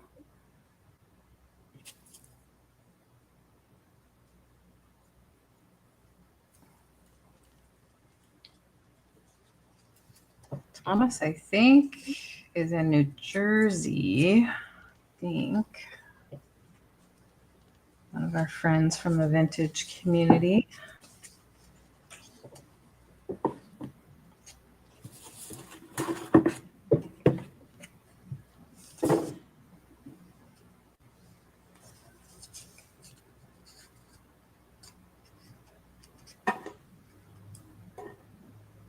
Interfaith in action.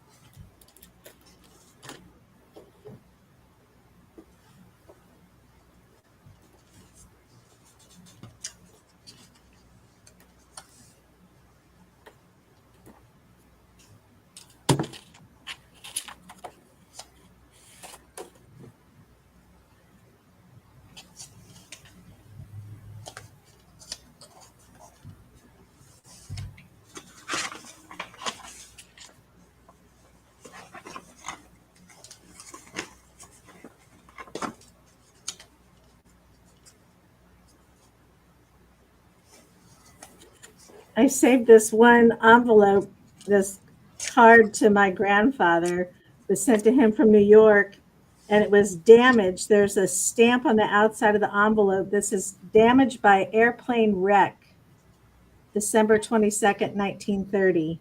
And the edges of the envelope are all charred. Oh, wow.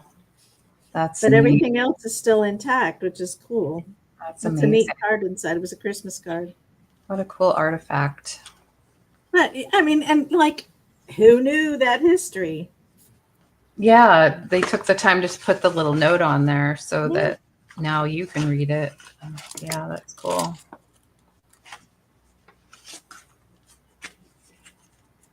Trisha would be angry if I sent her a spider. Yes, she would not like me. Trisha's afraid of spiders. I don't like them either, but when I lived in Florida, I learned how to smash bugs really fast because cockroaches move faster than anything I've ever seen. Yeah, I bet. I haven't experienced that in real life before. It's vile. Yeah. Well, because the cockroaches, the big ones, the palmetto bugs, they come at you instead of running away from you, and you don't want them crawling on you and stuff, and it's yeah, they won't die. I mean, they just flatten to nothing. They just keep, they're like zombies. They just keep coming at you. So here's a note from my grandmother. Has some 1925 British Empire exhibition stamps. Oh, wow. And he has a note that these are worth something, so I'll have to check into that. Mm-hmm. Neat. Sell them on eBay and buy some other useless stuff. Hey, just keep things moving, right? Get things moving to where they need to Just go. kind of, That's what I cycle think. stuff around. Exactly. That's how I think of it.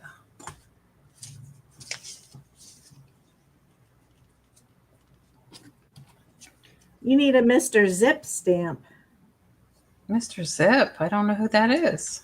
Well, when we first had to start using zip codes, the post office came up with Mr. Zip. That was the little character. And just the little mail carrier guy. I've seen it. Saying, use your zip code. Mm-hmm. But I have hundreds of them. Let me get some international stamps on here. Let's see. I do like this one. I do want to put this. I found a dollar stamp and it's not used. Yay. Oh, cool. Does it look like this one, this blue? I said, no, this one's is Bernard Revel. Oh. Whoever he was. And then my youngest granddaughter, who just turned 9, several years ago, she thought she wanted to be an astronaut. So I made her a big thing of, I had a bunch of stuff from, they were just all the space stamps and stuff. So I made her an album with all the different NASA related stamps I could find. Oh, that's cool.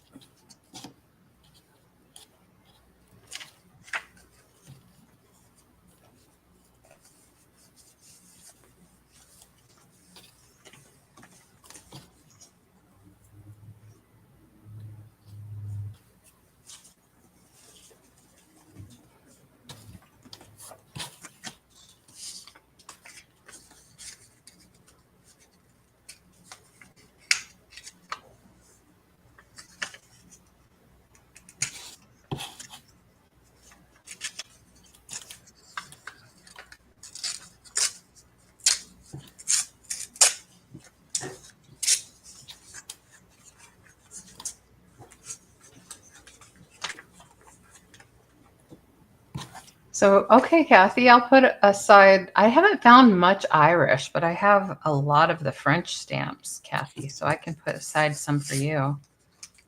Definitely. Make a note of that. Happy to share those. Let's see. I'll start an envelope right now.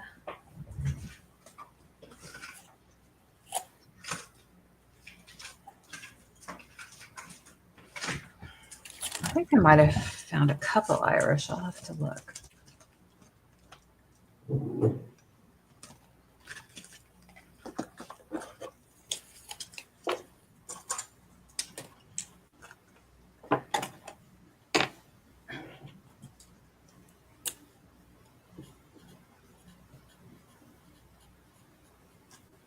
I did send to Steph. Steph was looking for or wanting Italian stamps, so I sent her some of them. Oh, wow.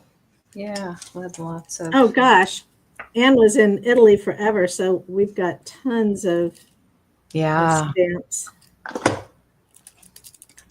Did she just cut off communication with you guys? Yeah. I sent her an email. It's been now a couple years, and didn't hear back. But shortly after Tom died, I did speak with her briefly. It was funny because she said she was surprised to hear from me, but maybe it's because I wasn't very good at, keeping up with her. But I'm just not good at corresponding in general. So it was nothing personal. Difficult to communicate with anyway. Yeah, and then the macular degeneration made it hard for her to Oh yeah, absolutely. Emails and things like that.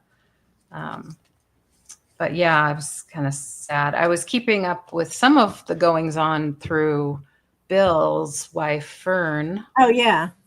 I was when I was on Facebook, I'm not on there anymore, but she I'm has not my either.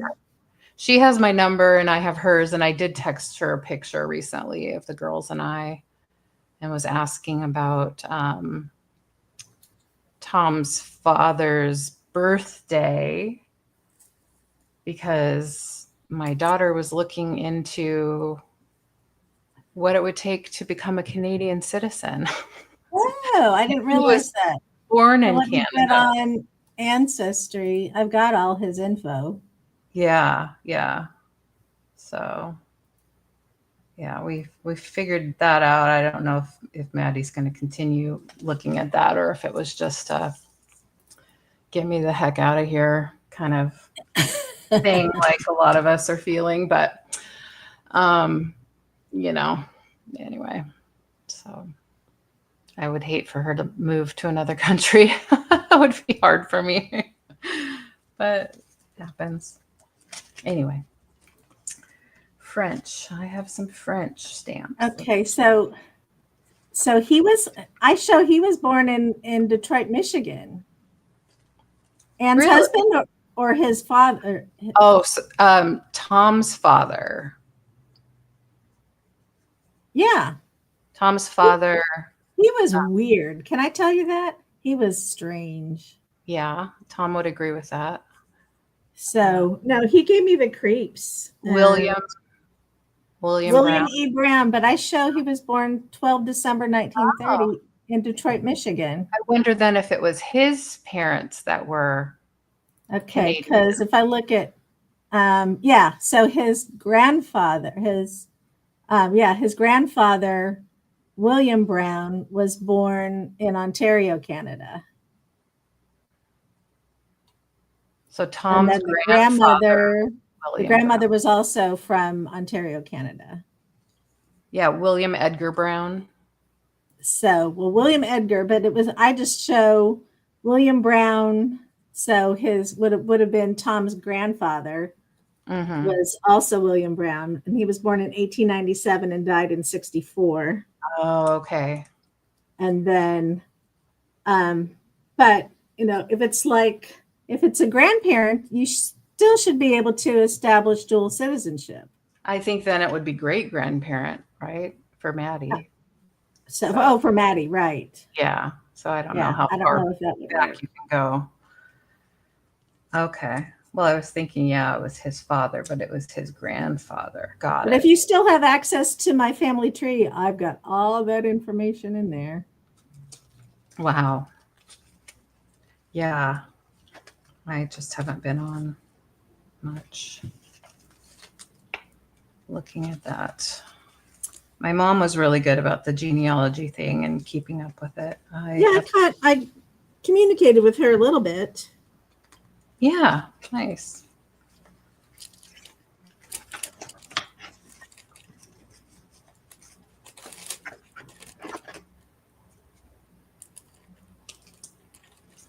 Some French.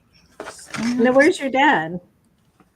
He's living in a assisted living home close by to me. I moved both of them into that when my mom was ill, and then she only made it about 6 months. Oh. And then he's been kind of kicking and screaming the whole time because he can't accept that he needs to live in a place where he can get help. It's been really hard. He's got Parkinson's. It's late stage. He's not quite wheelchair bound yet, but he's gonna be soon. He's still using a walker, but he doesn't get around too much. But it's really been hard on him. Of course. And I couldn't take care of him in my living space. No. So that's been hard.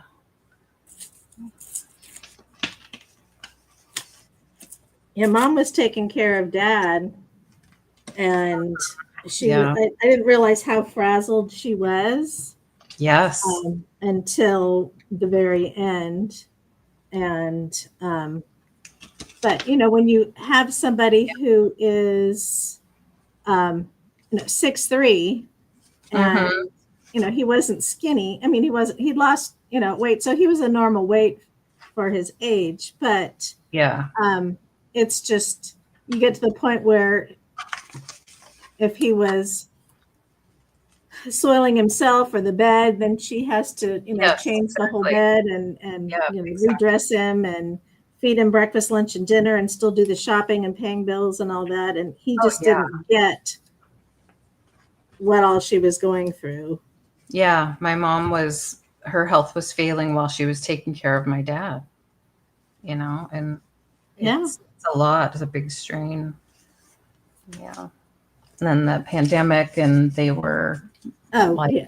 more isolated, you know, didn't have church and things like that. And then she went downhill pretty quickly.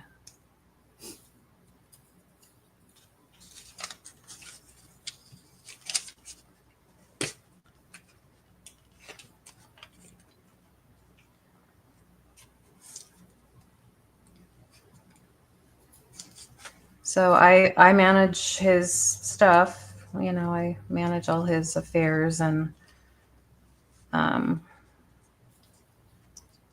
he's And some that's, I know some days that's, are you good. always got that in the back of your head to worry about that. Yeah. That's my job right now, really. And I need to do his taxes or Oh, apply. yeah. I turned those in, but Dad hadn't done them for, I think, maybe like 4 years or something. Mm-hmm. And it was a nightmare because he does all this investing and stuff. So there were all kinds of Oh, extra I forms that imagine. just the average Yeah. person doesn't normally have. You have Yeah. to track them down, and they'd say, well, you know, you got to look it up on the web page for, you know, name that institution. And then Mhm. I wouldn't know what his passwords were or Oh anything. my So goodness. Yeah. having to jump through all that stuff. Yeah. So, and he didn't remember. Yeah. Well, he didn't want me to touch it for the longest time. And then Yeah. he finally caved and um, let me start working on it. Yeah. This tax guy, darn it, had to retire on me. Oh yeah.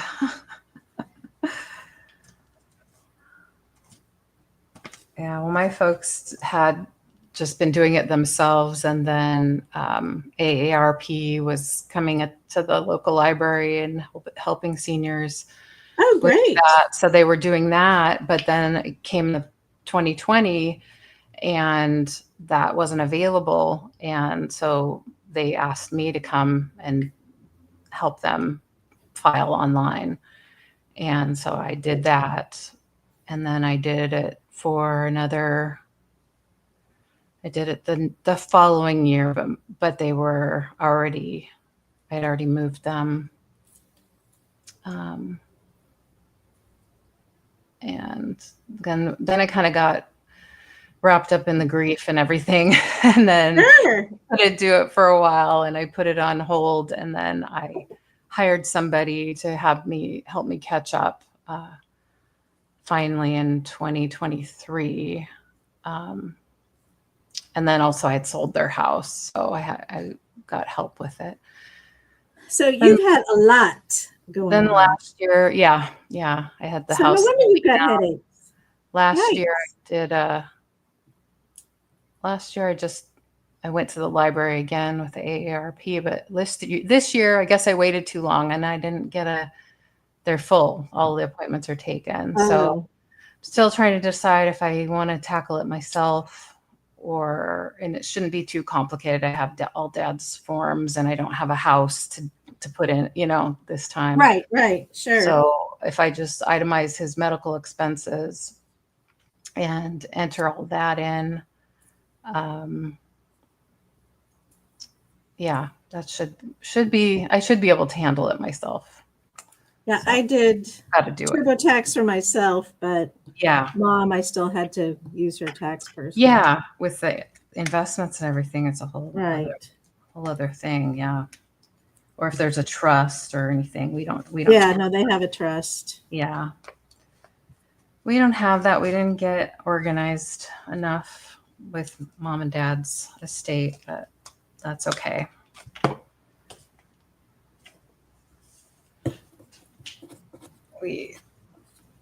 I don't know. I did mine. Mine's very simple. Mine's not much action. I'm just kind of living off of savings mostly right now. So I did have some from my online sales because now they're reporting all of that for the gig economy. So I did have to do some That filing. sucks. Yeah, it did. I still have to pay $600 on my. I guess I did about 10,000 in PayPal sales. So Wow. but that I was expecting it to be more. I was expecting it to be more like $1,000 in taxes, but I qualified for some self-employment credit. Great. So that brought it down a little bit. And then Washington I'm going to get something back with Washington, even though we don't have state income tax.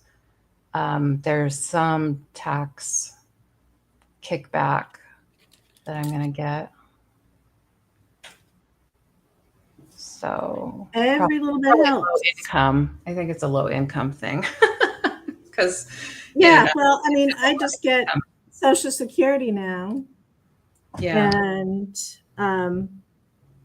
because basically instead of working, I'm looking after mom. Right. Well, that's your job.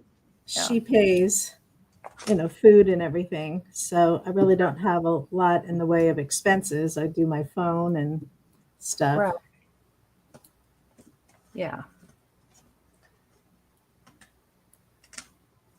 But you never know what's going to happen with Social Security. I thought, man, I'm not going to wait. I'm going to go ahead and take it now. Exactly. I think I will do that as soon as I can too. I'm not going to wait but we'll see if we get there. I just turned 55, so we'll have a long way to go. A long way to go. Well, I think you can get it at 62, so it's not that far off. Not too far out now, 7 years. So. Yeah, Dad has his Social Security, has his retirement from working for the state, and he has a little bit from the VA, which I was surprised. I should check and see if the March check came in because I was fully expecting that to disappear. Well, my dad was in the Army, and all the records were kept at some location in Kansas, and that whole facility burned down. All those people never got their military benefits or checks or anything. Oh, my goodness. And I tried all different kinds of ways to see if there was anything that could be done, and nothing came up. And of course, now it's too late, but it's not easy dealing with the VA. No. At all. I've been through it with them too. Let's see, I don't see VA.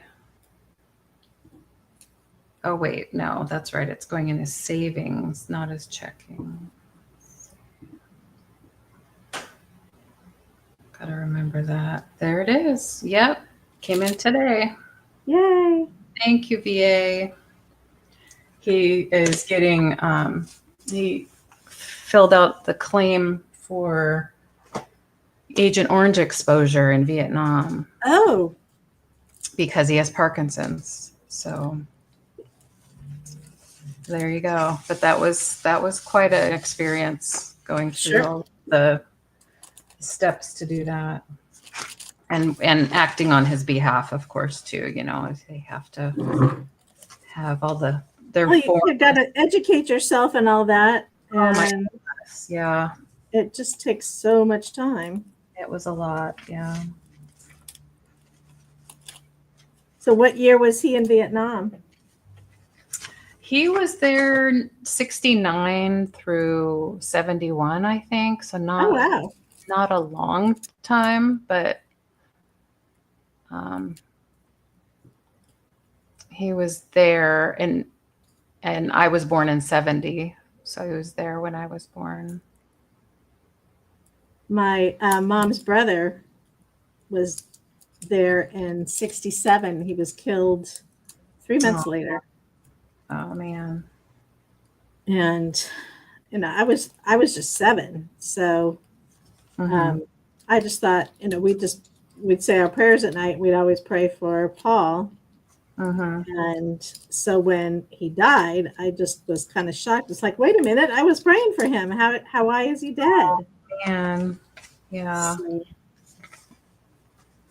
yeah. but when I was living at my grandmother's, taking care of her stuff, and kind of going through, finding all the family photos and different things, I found his high school information and got in touch with his high school class, and they invited my brother and I, David, to their reunion in Big Sur, and that was really neat for them to share stories about Paul and all that.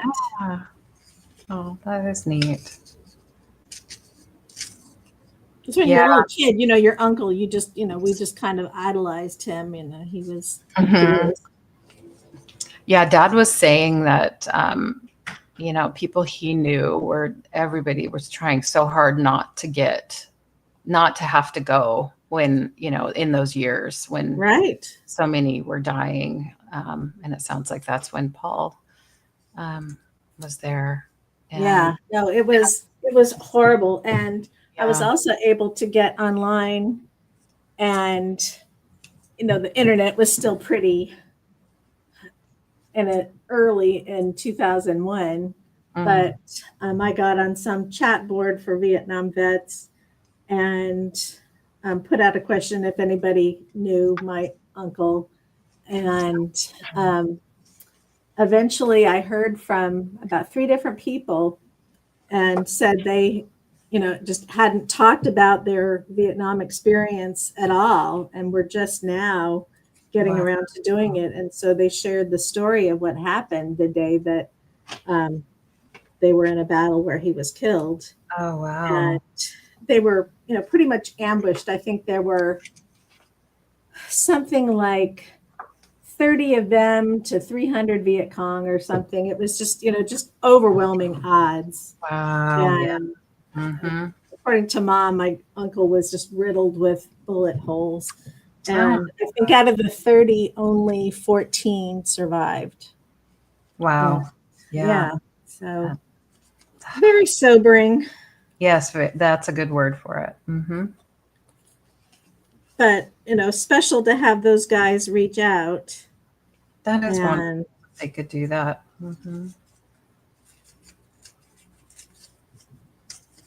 Yeah.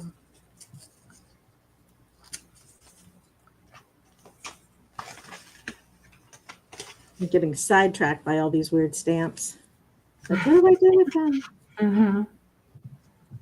Some cool old Canadian stamps in this grouping too. I really like the looks of these. Oh, where'd Julie go? How did that happen? All of a sudden she disappeared. We'll see if she can come back. So Kathy said the records are still there. You have to go in person to find the records. Oh, wow. Yeah, there's probably nobody assisting with, taking requests on the phone for records. Getting a phone call. Do I need to answer that? I don't think so. I can wait. That can wait.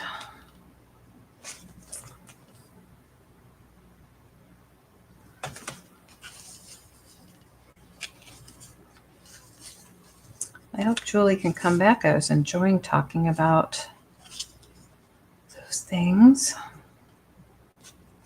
use this one. This is a cool one. That's pulp and paper. Feeling that right now. Oh, the files, Kathy, were only burnt. Oh, there's Julie. Yeah, Hey, Julie. didn't mean to cut Got out. bumped out. I thought I was closing a page and I closed out everything. Oh, I've done that. I've done that very thing. Yeah.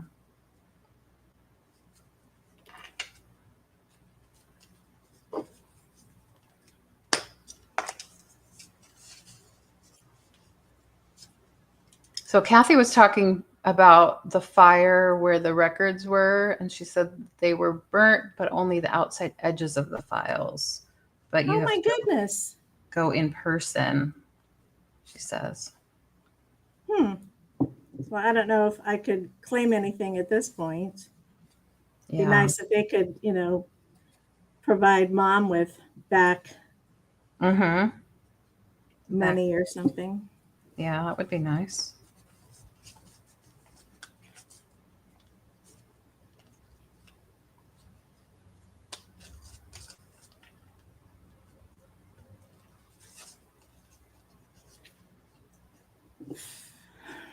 Well, I argued with Dad for quite a while about even applying for it because I thought, Dad, it's going to be such a hassle. We're going to have to go to all these appointments because we went through this when Tom was applying for Social Security disability. So I knew that, there was a lot to do when you're making a claim.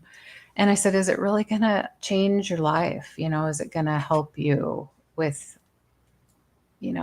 it's not going to cure you. It's not, I guess I had this real pessimistic view of it. And also I didn't know how far we'd have to go with trying to prove anything, but apparently if you served within a certain time frame and you were in that area, even if it wasn't being dropped at that moment while you were there, you were apparently still exposed, and you could still receive funds depending on the severity of your current disability, right? And so, because you can't necessarily prove that the Parkinson's came from that exposure, but apparently you didn't need to. It very well could have been because of it. It could have not. I don't know. He doesn't have any. Parkinson's is, a tricky thing like that. It's not necessarily genetic. It's not necessarily linked to one particular cause. Right. There's still so much. Yes, Kathy, you're right. And so I figured I eventually came around to that he did earn it in a way, and or a compensation for, things for serving. Anyway. Yeah, no. Long story short, yeah, we did get it. I'm still trying to figure out, it's helping pay for his care now, which is over $10,000 a month that we pay for his care. Wow. So that with his Social Security retirement, and with that, now we don't have to tap into savings as much every month to pay for it. Yeah, it's quite expensive to live in a assisted living, and there's so many of them. Right. So many people the ones around here are horrible. Are they? Yeah. Oh yeah, they're just, we're up in the middle of nowhere, and so. Yeah, there's so many here. It seems like there's a lot to choose from. At the time during the pandemic, it was tricky to find a place, and we were kind of lucky to find a good one. We thought it was good. I think it's good. Dad thinks that everything's terrible, but well, unfortunately, they'll say, well, the food tastes terrible, but yeah, then it's also the medications can really affect the taste of the food. That's it. And also his Parkinson's can affect how the messages are getting to his brain, and it's just really hard to know what is, things taste different to him because of the medication or because of Parkinson's, or if it really is the food. But that's his biggest complaint, and that's been hard because moving him would not necessarily be good for him socially, memory, as far as, and getting comfortable. So, I kind of weigh the decision to look for a new place and keeping him there. There's pros and cons. Sure. Kathy said by the time her mom passed, her care was up to $7,000 a month. Yeah, and I fully expect dads to continue to go up. I mean, they raise the cost of everything just about every year. It goes up, and then the more care you need, then the more, the care level, you're in a different level. So this is not, anything that's covered by any class when we're growing up, and you get just kind of thrown to the wolves with it all. Yeah. Figure out what to do. Yeah. Oh, this one is cool. It's Monaco. Oh yeah. One somebody put in a book at some point. Very fun. Yeah, I'm going through, it's like, Netherlands and the German Reich. Mm-hmm.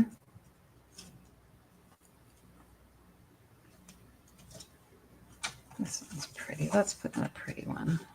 Polish one. That's pretty.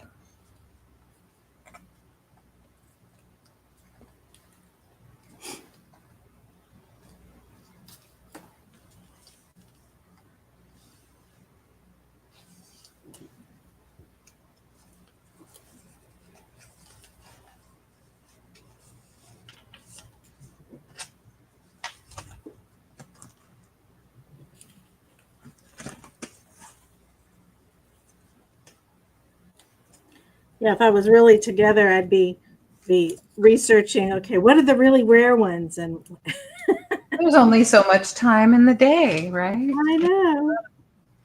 You gotta draw the line somewhere. You find that one that's worth, $1,000 or something. Mm-hmm.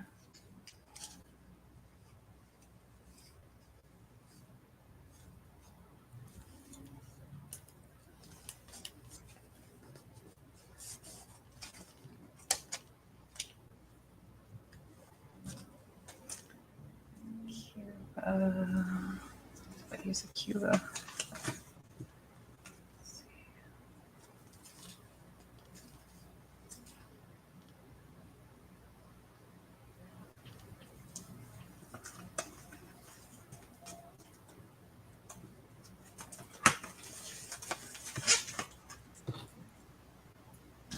I use this one.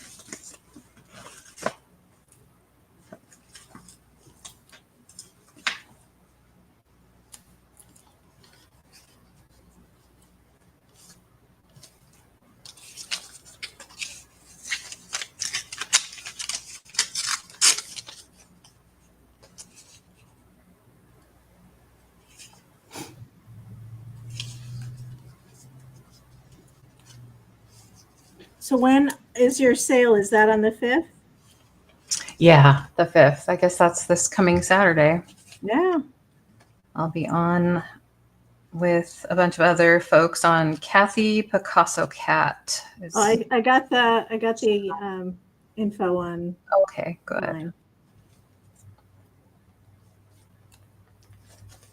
So how many do you think you'll have all together? Well, I'm going to do 6 little golden book journals. Uh-huh. And I'm going to do them like I'll offer them. These 2 I'll offer as choice and then let people bid. And then the high bidder can pick Okay. that they want. So I'll do 3 rounds. Since I have 6 and I'll pair them up. I'll do 3 rounds of little golden book journals. And then I have some bracelets, some beaded bracelets kind of like this that are Oh yeah. that I'll be selling. The only ones I remember that are worth money are the upside down airplane and something about a triangle shape that doubled. Huh. I'll keep an eye out for an airplane. Well, I've got all kinds of airplane things. Oh yeah. Wow. I bet you have so much. Oh, it's just. Mm-hmm. And I've given away a bunch of stuff too. Yeah.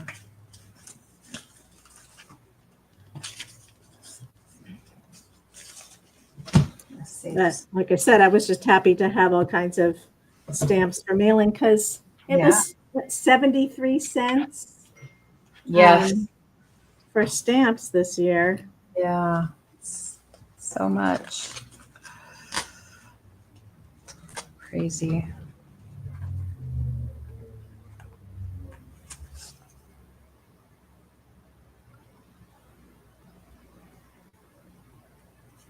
I like that one.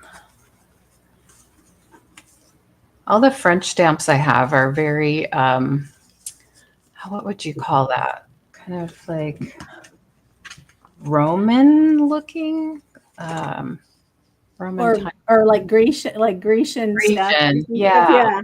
I've got some of those too. Mm-hmm. In fact, I've got one, 5-cent green one. I can't tell you how many of those I've got. Mm-hmm. Same kind of style. Yeah. So right now I'm sorting by color, and then any that I can still use go in a different pile.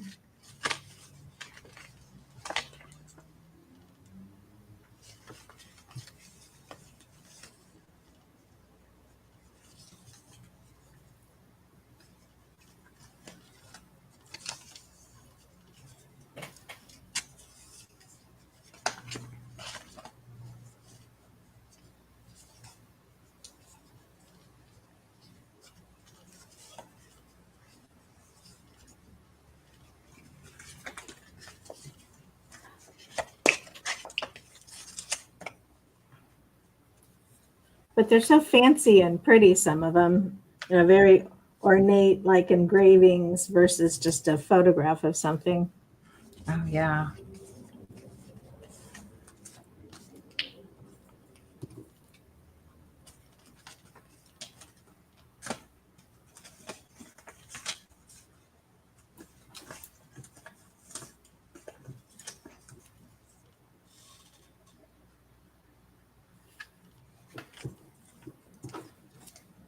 Are you still going to thrift stores?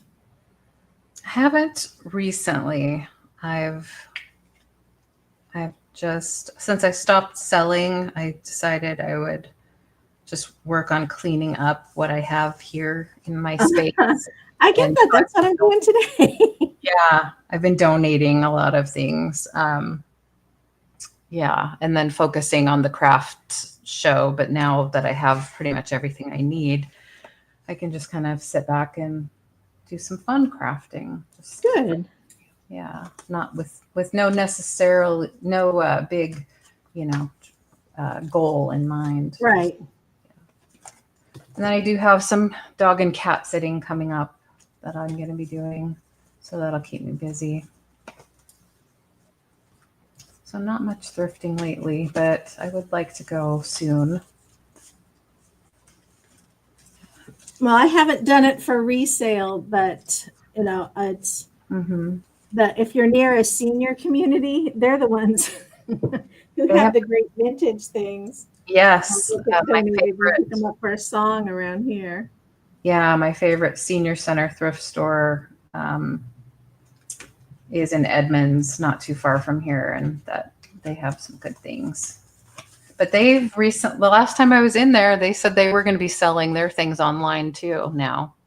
So Wow. that's kind of change what they have in the store and probably their prices as well. So good for them. Good on them if they're Right. gonna No, do I it. mean, everybody's, got to make a buck and, Yep. stretch what they can because, Yeah. well, with the pandemic, you couldn't go anywhere for a long time. Mm-hmm. And my favorite thrift store was our local Habitat thrift store, and they closed it. I'm like, no. No, don't. Yeah. The Habitat for Humanity Restore Uh-huh. store, yeah. They were the ones that we were able to get to come to pick up some Oh, furniture good. out of the storage unit, except Uh-huh. they actually didn't take it because we only had 3 chairs for the dining room table instead of 4. 4 was the minimum. So they said they couldn't take that. And then Wow. the antique sleigh bed, cherry wood sleigh bed that my mom had, they wouldn't take because it was missing a turned piece of wood. Okay. I don't know Finicky. I don't know where it went because when I knew it was there, but anyway, so they ended up not taking anything. Well, that's a bummer. That was a bummer. I cried.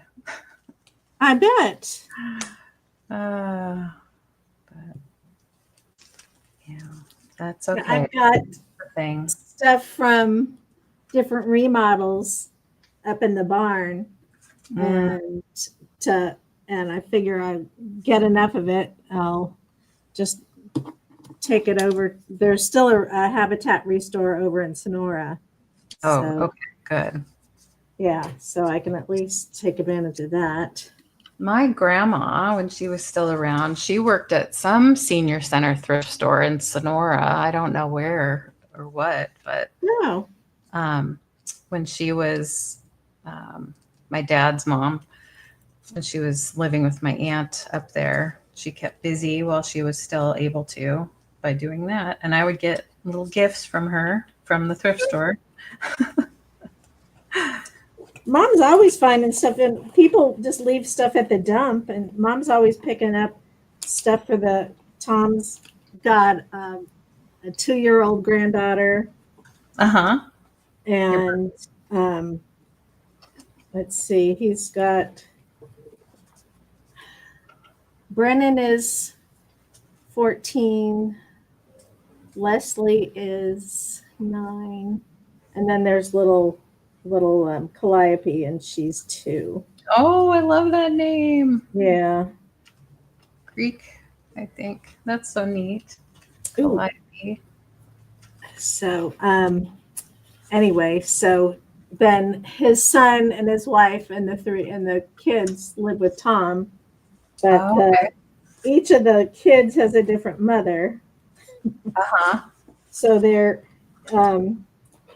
the 9-year-old lives with her mom, and the 15 or 14-year-old lives with his mom, but on weekends he comes here. Mm-hmm. And so and then they've got cousins and all kinds of stuff that are in and out. So he's always got people in and out. Okay, here's another. My grandfather said off register, something on flag. Oh, I see. So that makes it a fancier stamp. All right, I'll save that. He must have had not a whole lot of things going on to get that into looking at every single stamp and saying, oh, there's a flaw. Mm-hmm.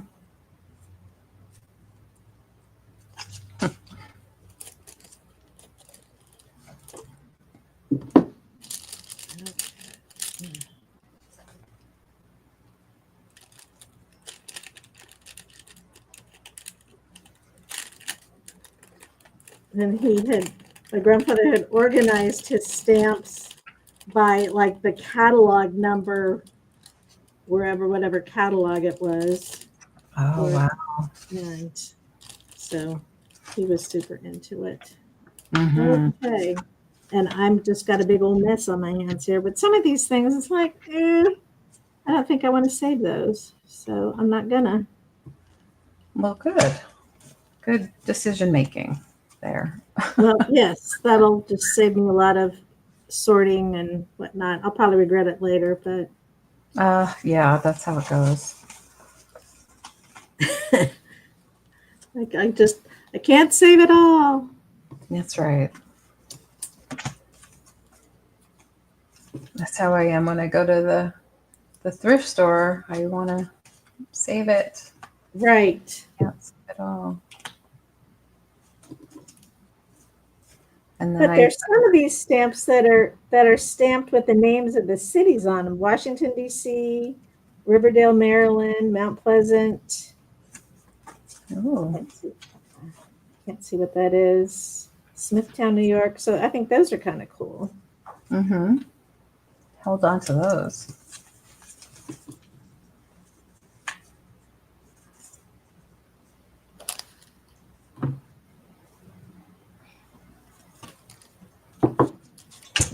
Well, I think that is good for now. I glued some things into my little journal, put aside some for Kathy. I sorted. What else do I want to do? Have about 15 minutes. I want to.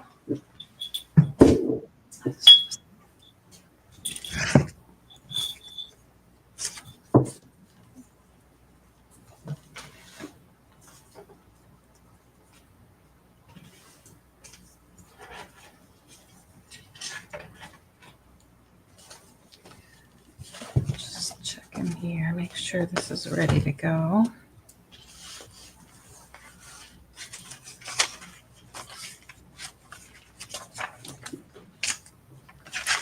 I think the owl's in here. Maybe. Let's see.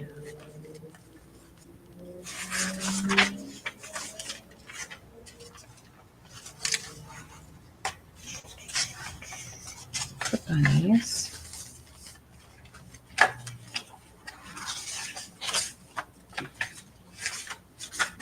Maybe not.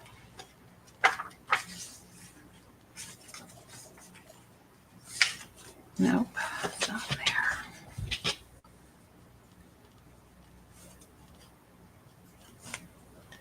Well, I don't know how you would. I was looking at Kathy's comment. She a while ago said anything that's a misprint is worth money. I don't know how you know what's a misprint and what isn't. Sometimes I guess that's stuff that you can look online. you'd have to look it up. Yeah. And I mean, it's just like the coins is Mm-hmm. Yeah. same thing as like, okay, well, you got to look for the print and it has a certain year and a certain city and blah, blah, blah. Hmm. Yeah, I dabbled a little in coin collecting for a minute. It's a lot. I just wish I could just focus on one thing. Yeah, there's too many fun things to get into. I don't know. Just want to know a little bit about everything.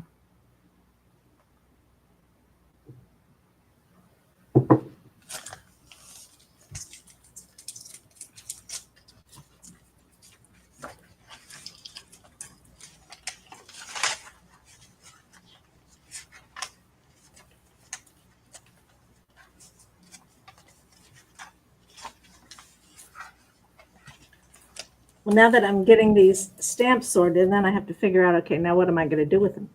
Mm-hmm. Yeah. And there's always the option to sell them. That's, That's just right. on Etsy or something. But Mm-hmm. as soon as I do that, then I'll regret it. Yeah. No, I don't have it anymore. Well, there's always something else to deal with. Yeah. So, this. Plus.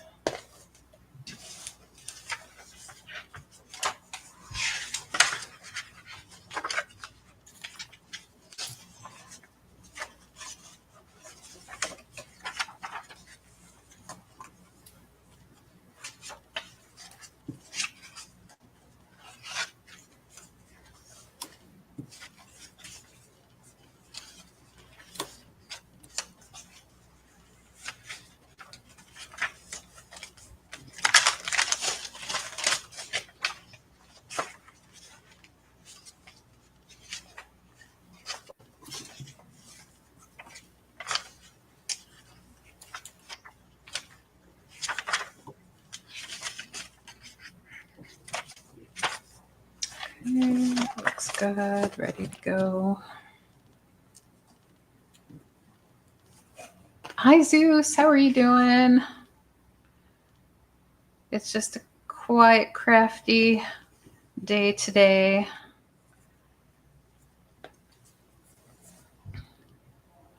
My younger daughter was in earlier doing a little show and tell of her goodies that she thrifted this, well, not thrifted, antique stored. That's a little different than thrifting, but she was here earlier. If you want to see what she was showing us, letting you know.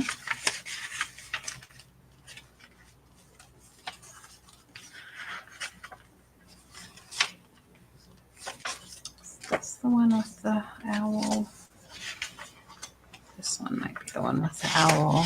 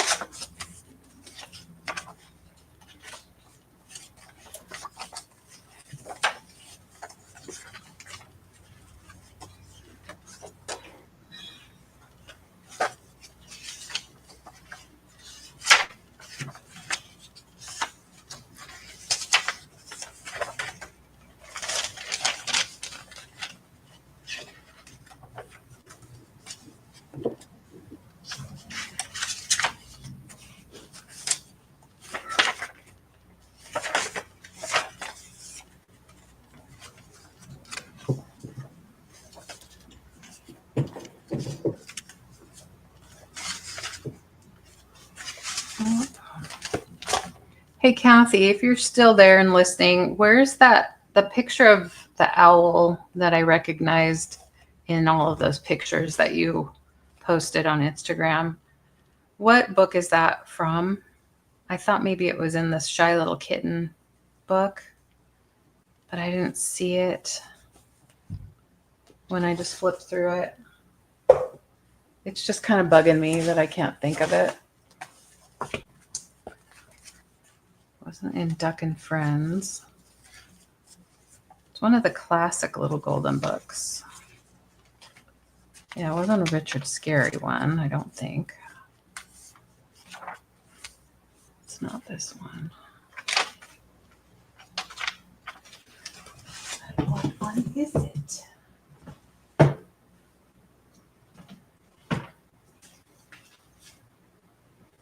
I love this little book. I'm trying to decide what to do with it. It's the alphabet from A to Z. Isn't that cute? Yeah. And it was a little rough around the edges, so I experimented with using a little gold rub and buff to kind of gild the edges with it. Oh, you tore the pictures out last year. Let's see, you don't remember. Well, I know I'll find it one of these days. I'll find that owl in one of these books. This has the neatest old vintage illustrations. And it was back when they were they did black and white and color because it was, cost prohibitive to do too much color. Wow. In some of the early books back in the day. This one is a commemorative printing. So this was the 50th anniversary. Wow. So this is the real old one, but it's from the version of it is right. 1942. So anyway, I wasn't sure what I wanted to do with this. This would make a cute little junk journal, probably. And this is a real old copy of Sleeping Beauty, but it's kind of falling apart in that the pages are very brittle. Mm. So I'm not sure what I can do with this to salvage. Well, maybe you can cut, maybe so if the edges are brittle, but the inside isn't, you could cut them out with an X-Acto knife. Mm-hmm. Some of the things. Yeah, just cut out some of the images and use them and just put new pages in the book and use the cover. Yeah, I think I'll do that.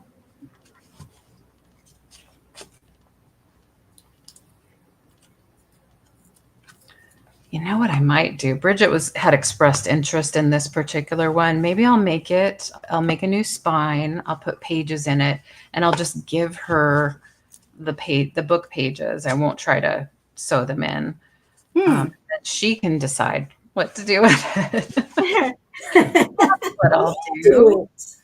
That's what I'll do. I just sent her a whole new one. She'd filled up her Alice one, and I just sent her a honey poo in the honey pot one, and now I can make another one for her.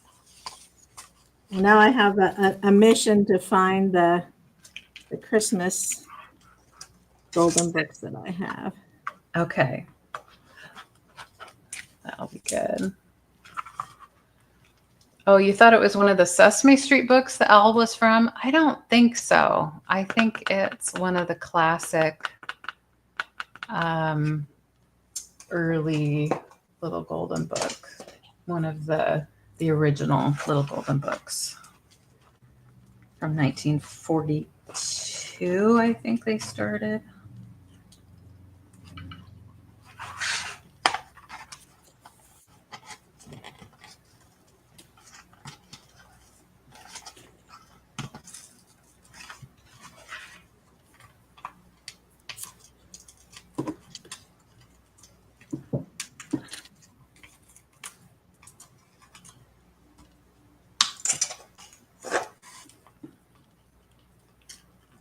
I have a lot of Sesame Street books that I'm not sure I want to keep. I might lot them and sell them on eBay because I don't know. Every once in a while, I come across one of their little videos of little songs. I came across the Ladybug Picnic one the other day. Oh my goodness. And, goodness. And they're just so funny and they're so clever.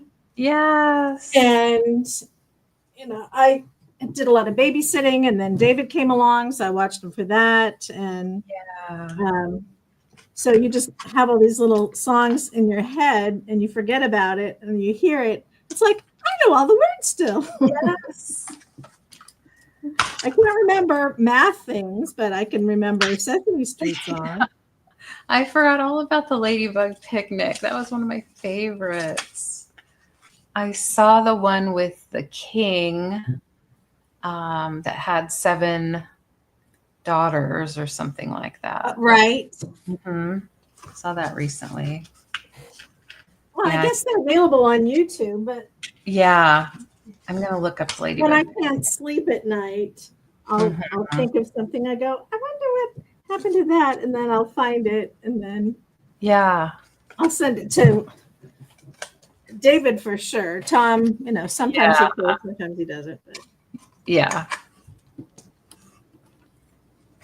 That's cute. Now you're going to have that song in your head the rest of the day. Ladybug Picnic. Yes. So cute.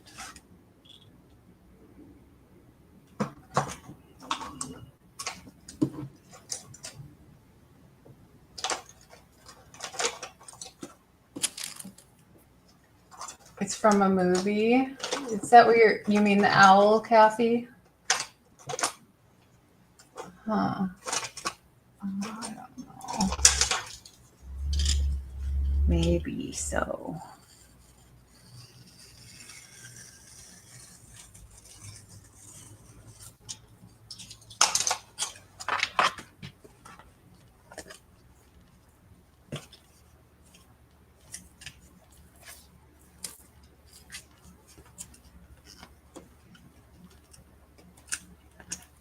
These staples are rusty. They're so rusty. Oh gosh. This is one of the oldest books I've ever, or little golden books that I've ever taken apart. Let's see. It's 1957. Wow. That's older than I am, and that's got to be. That was the year Tom was born. Yeah.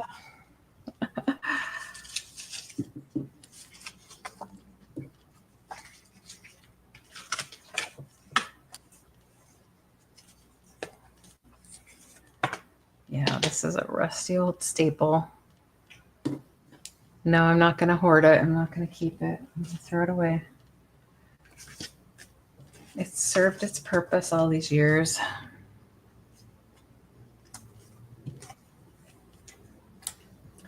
Well, Julie, it's been so nice to have you. I'm so glad that you were able to join me.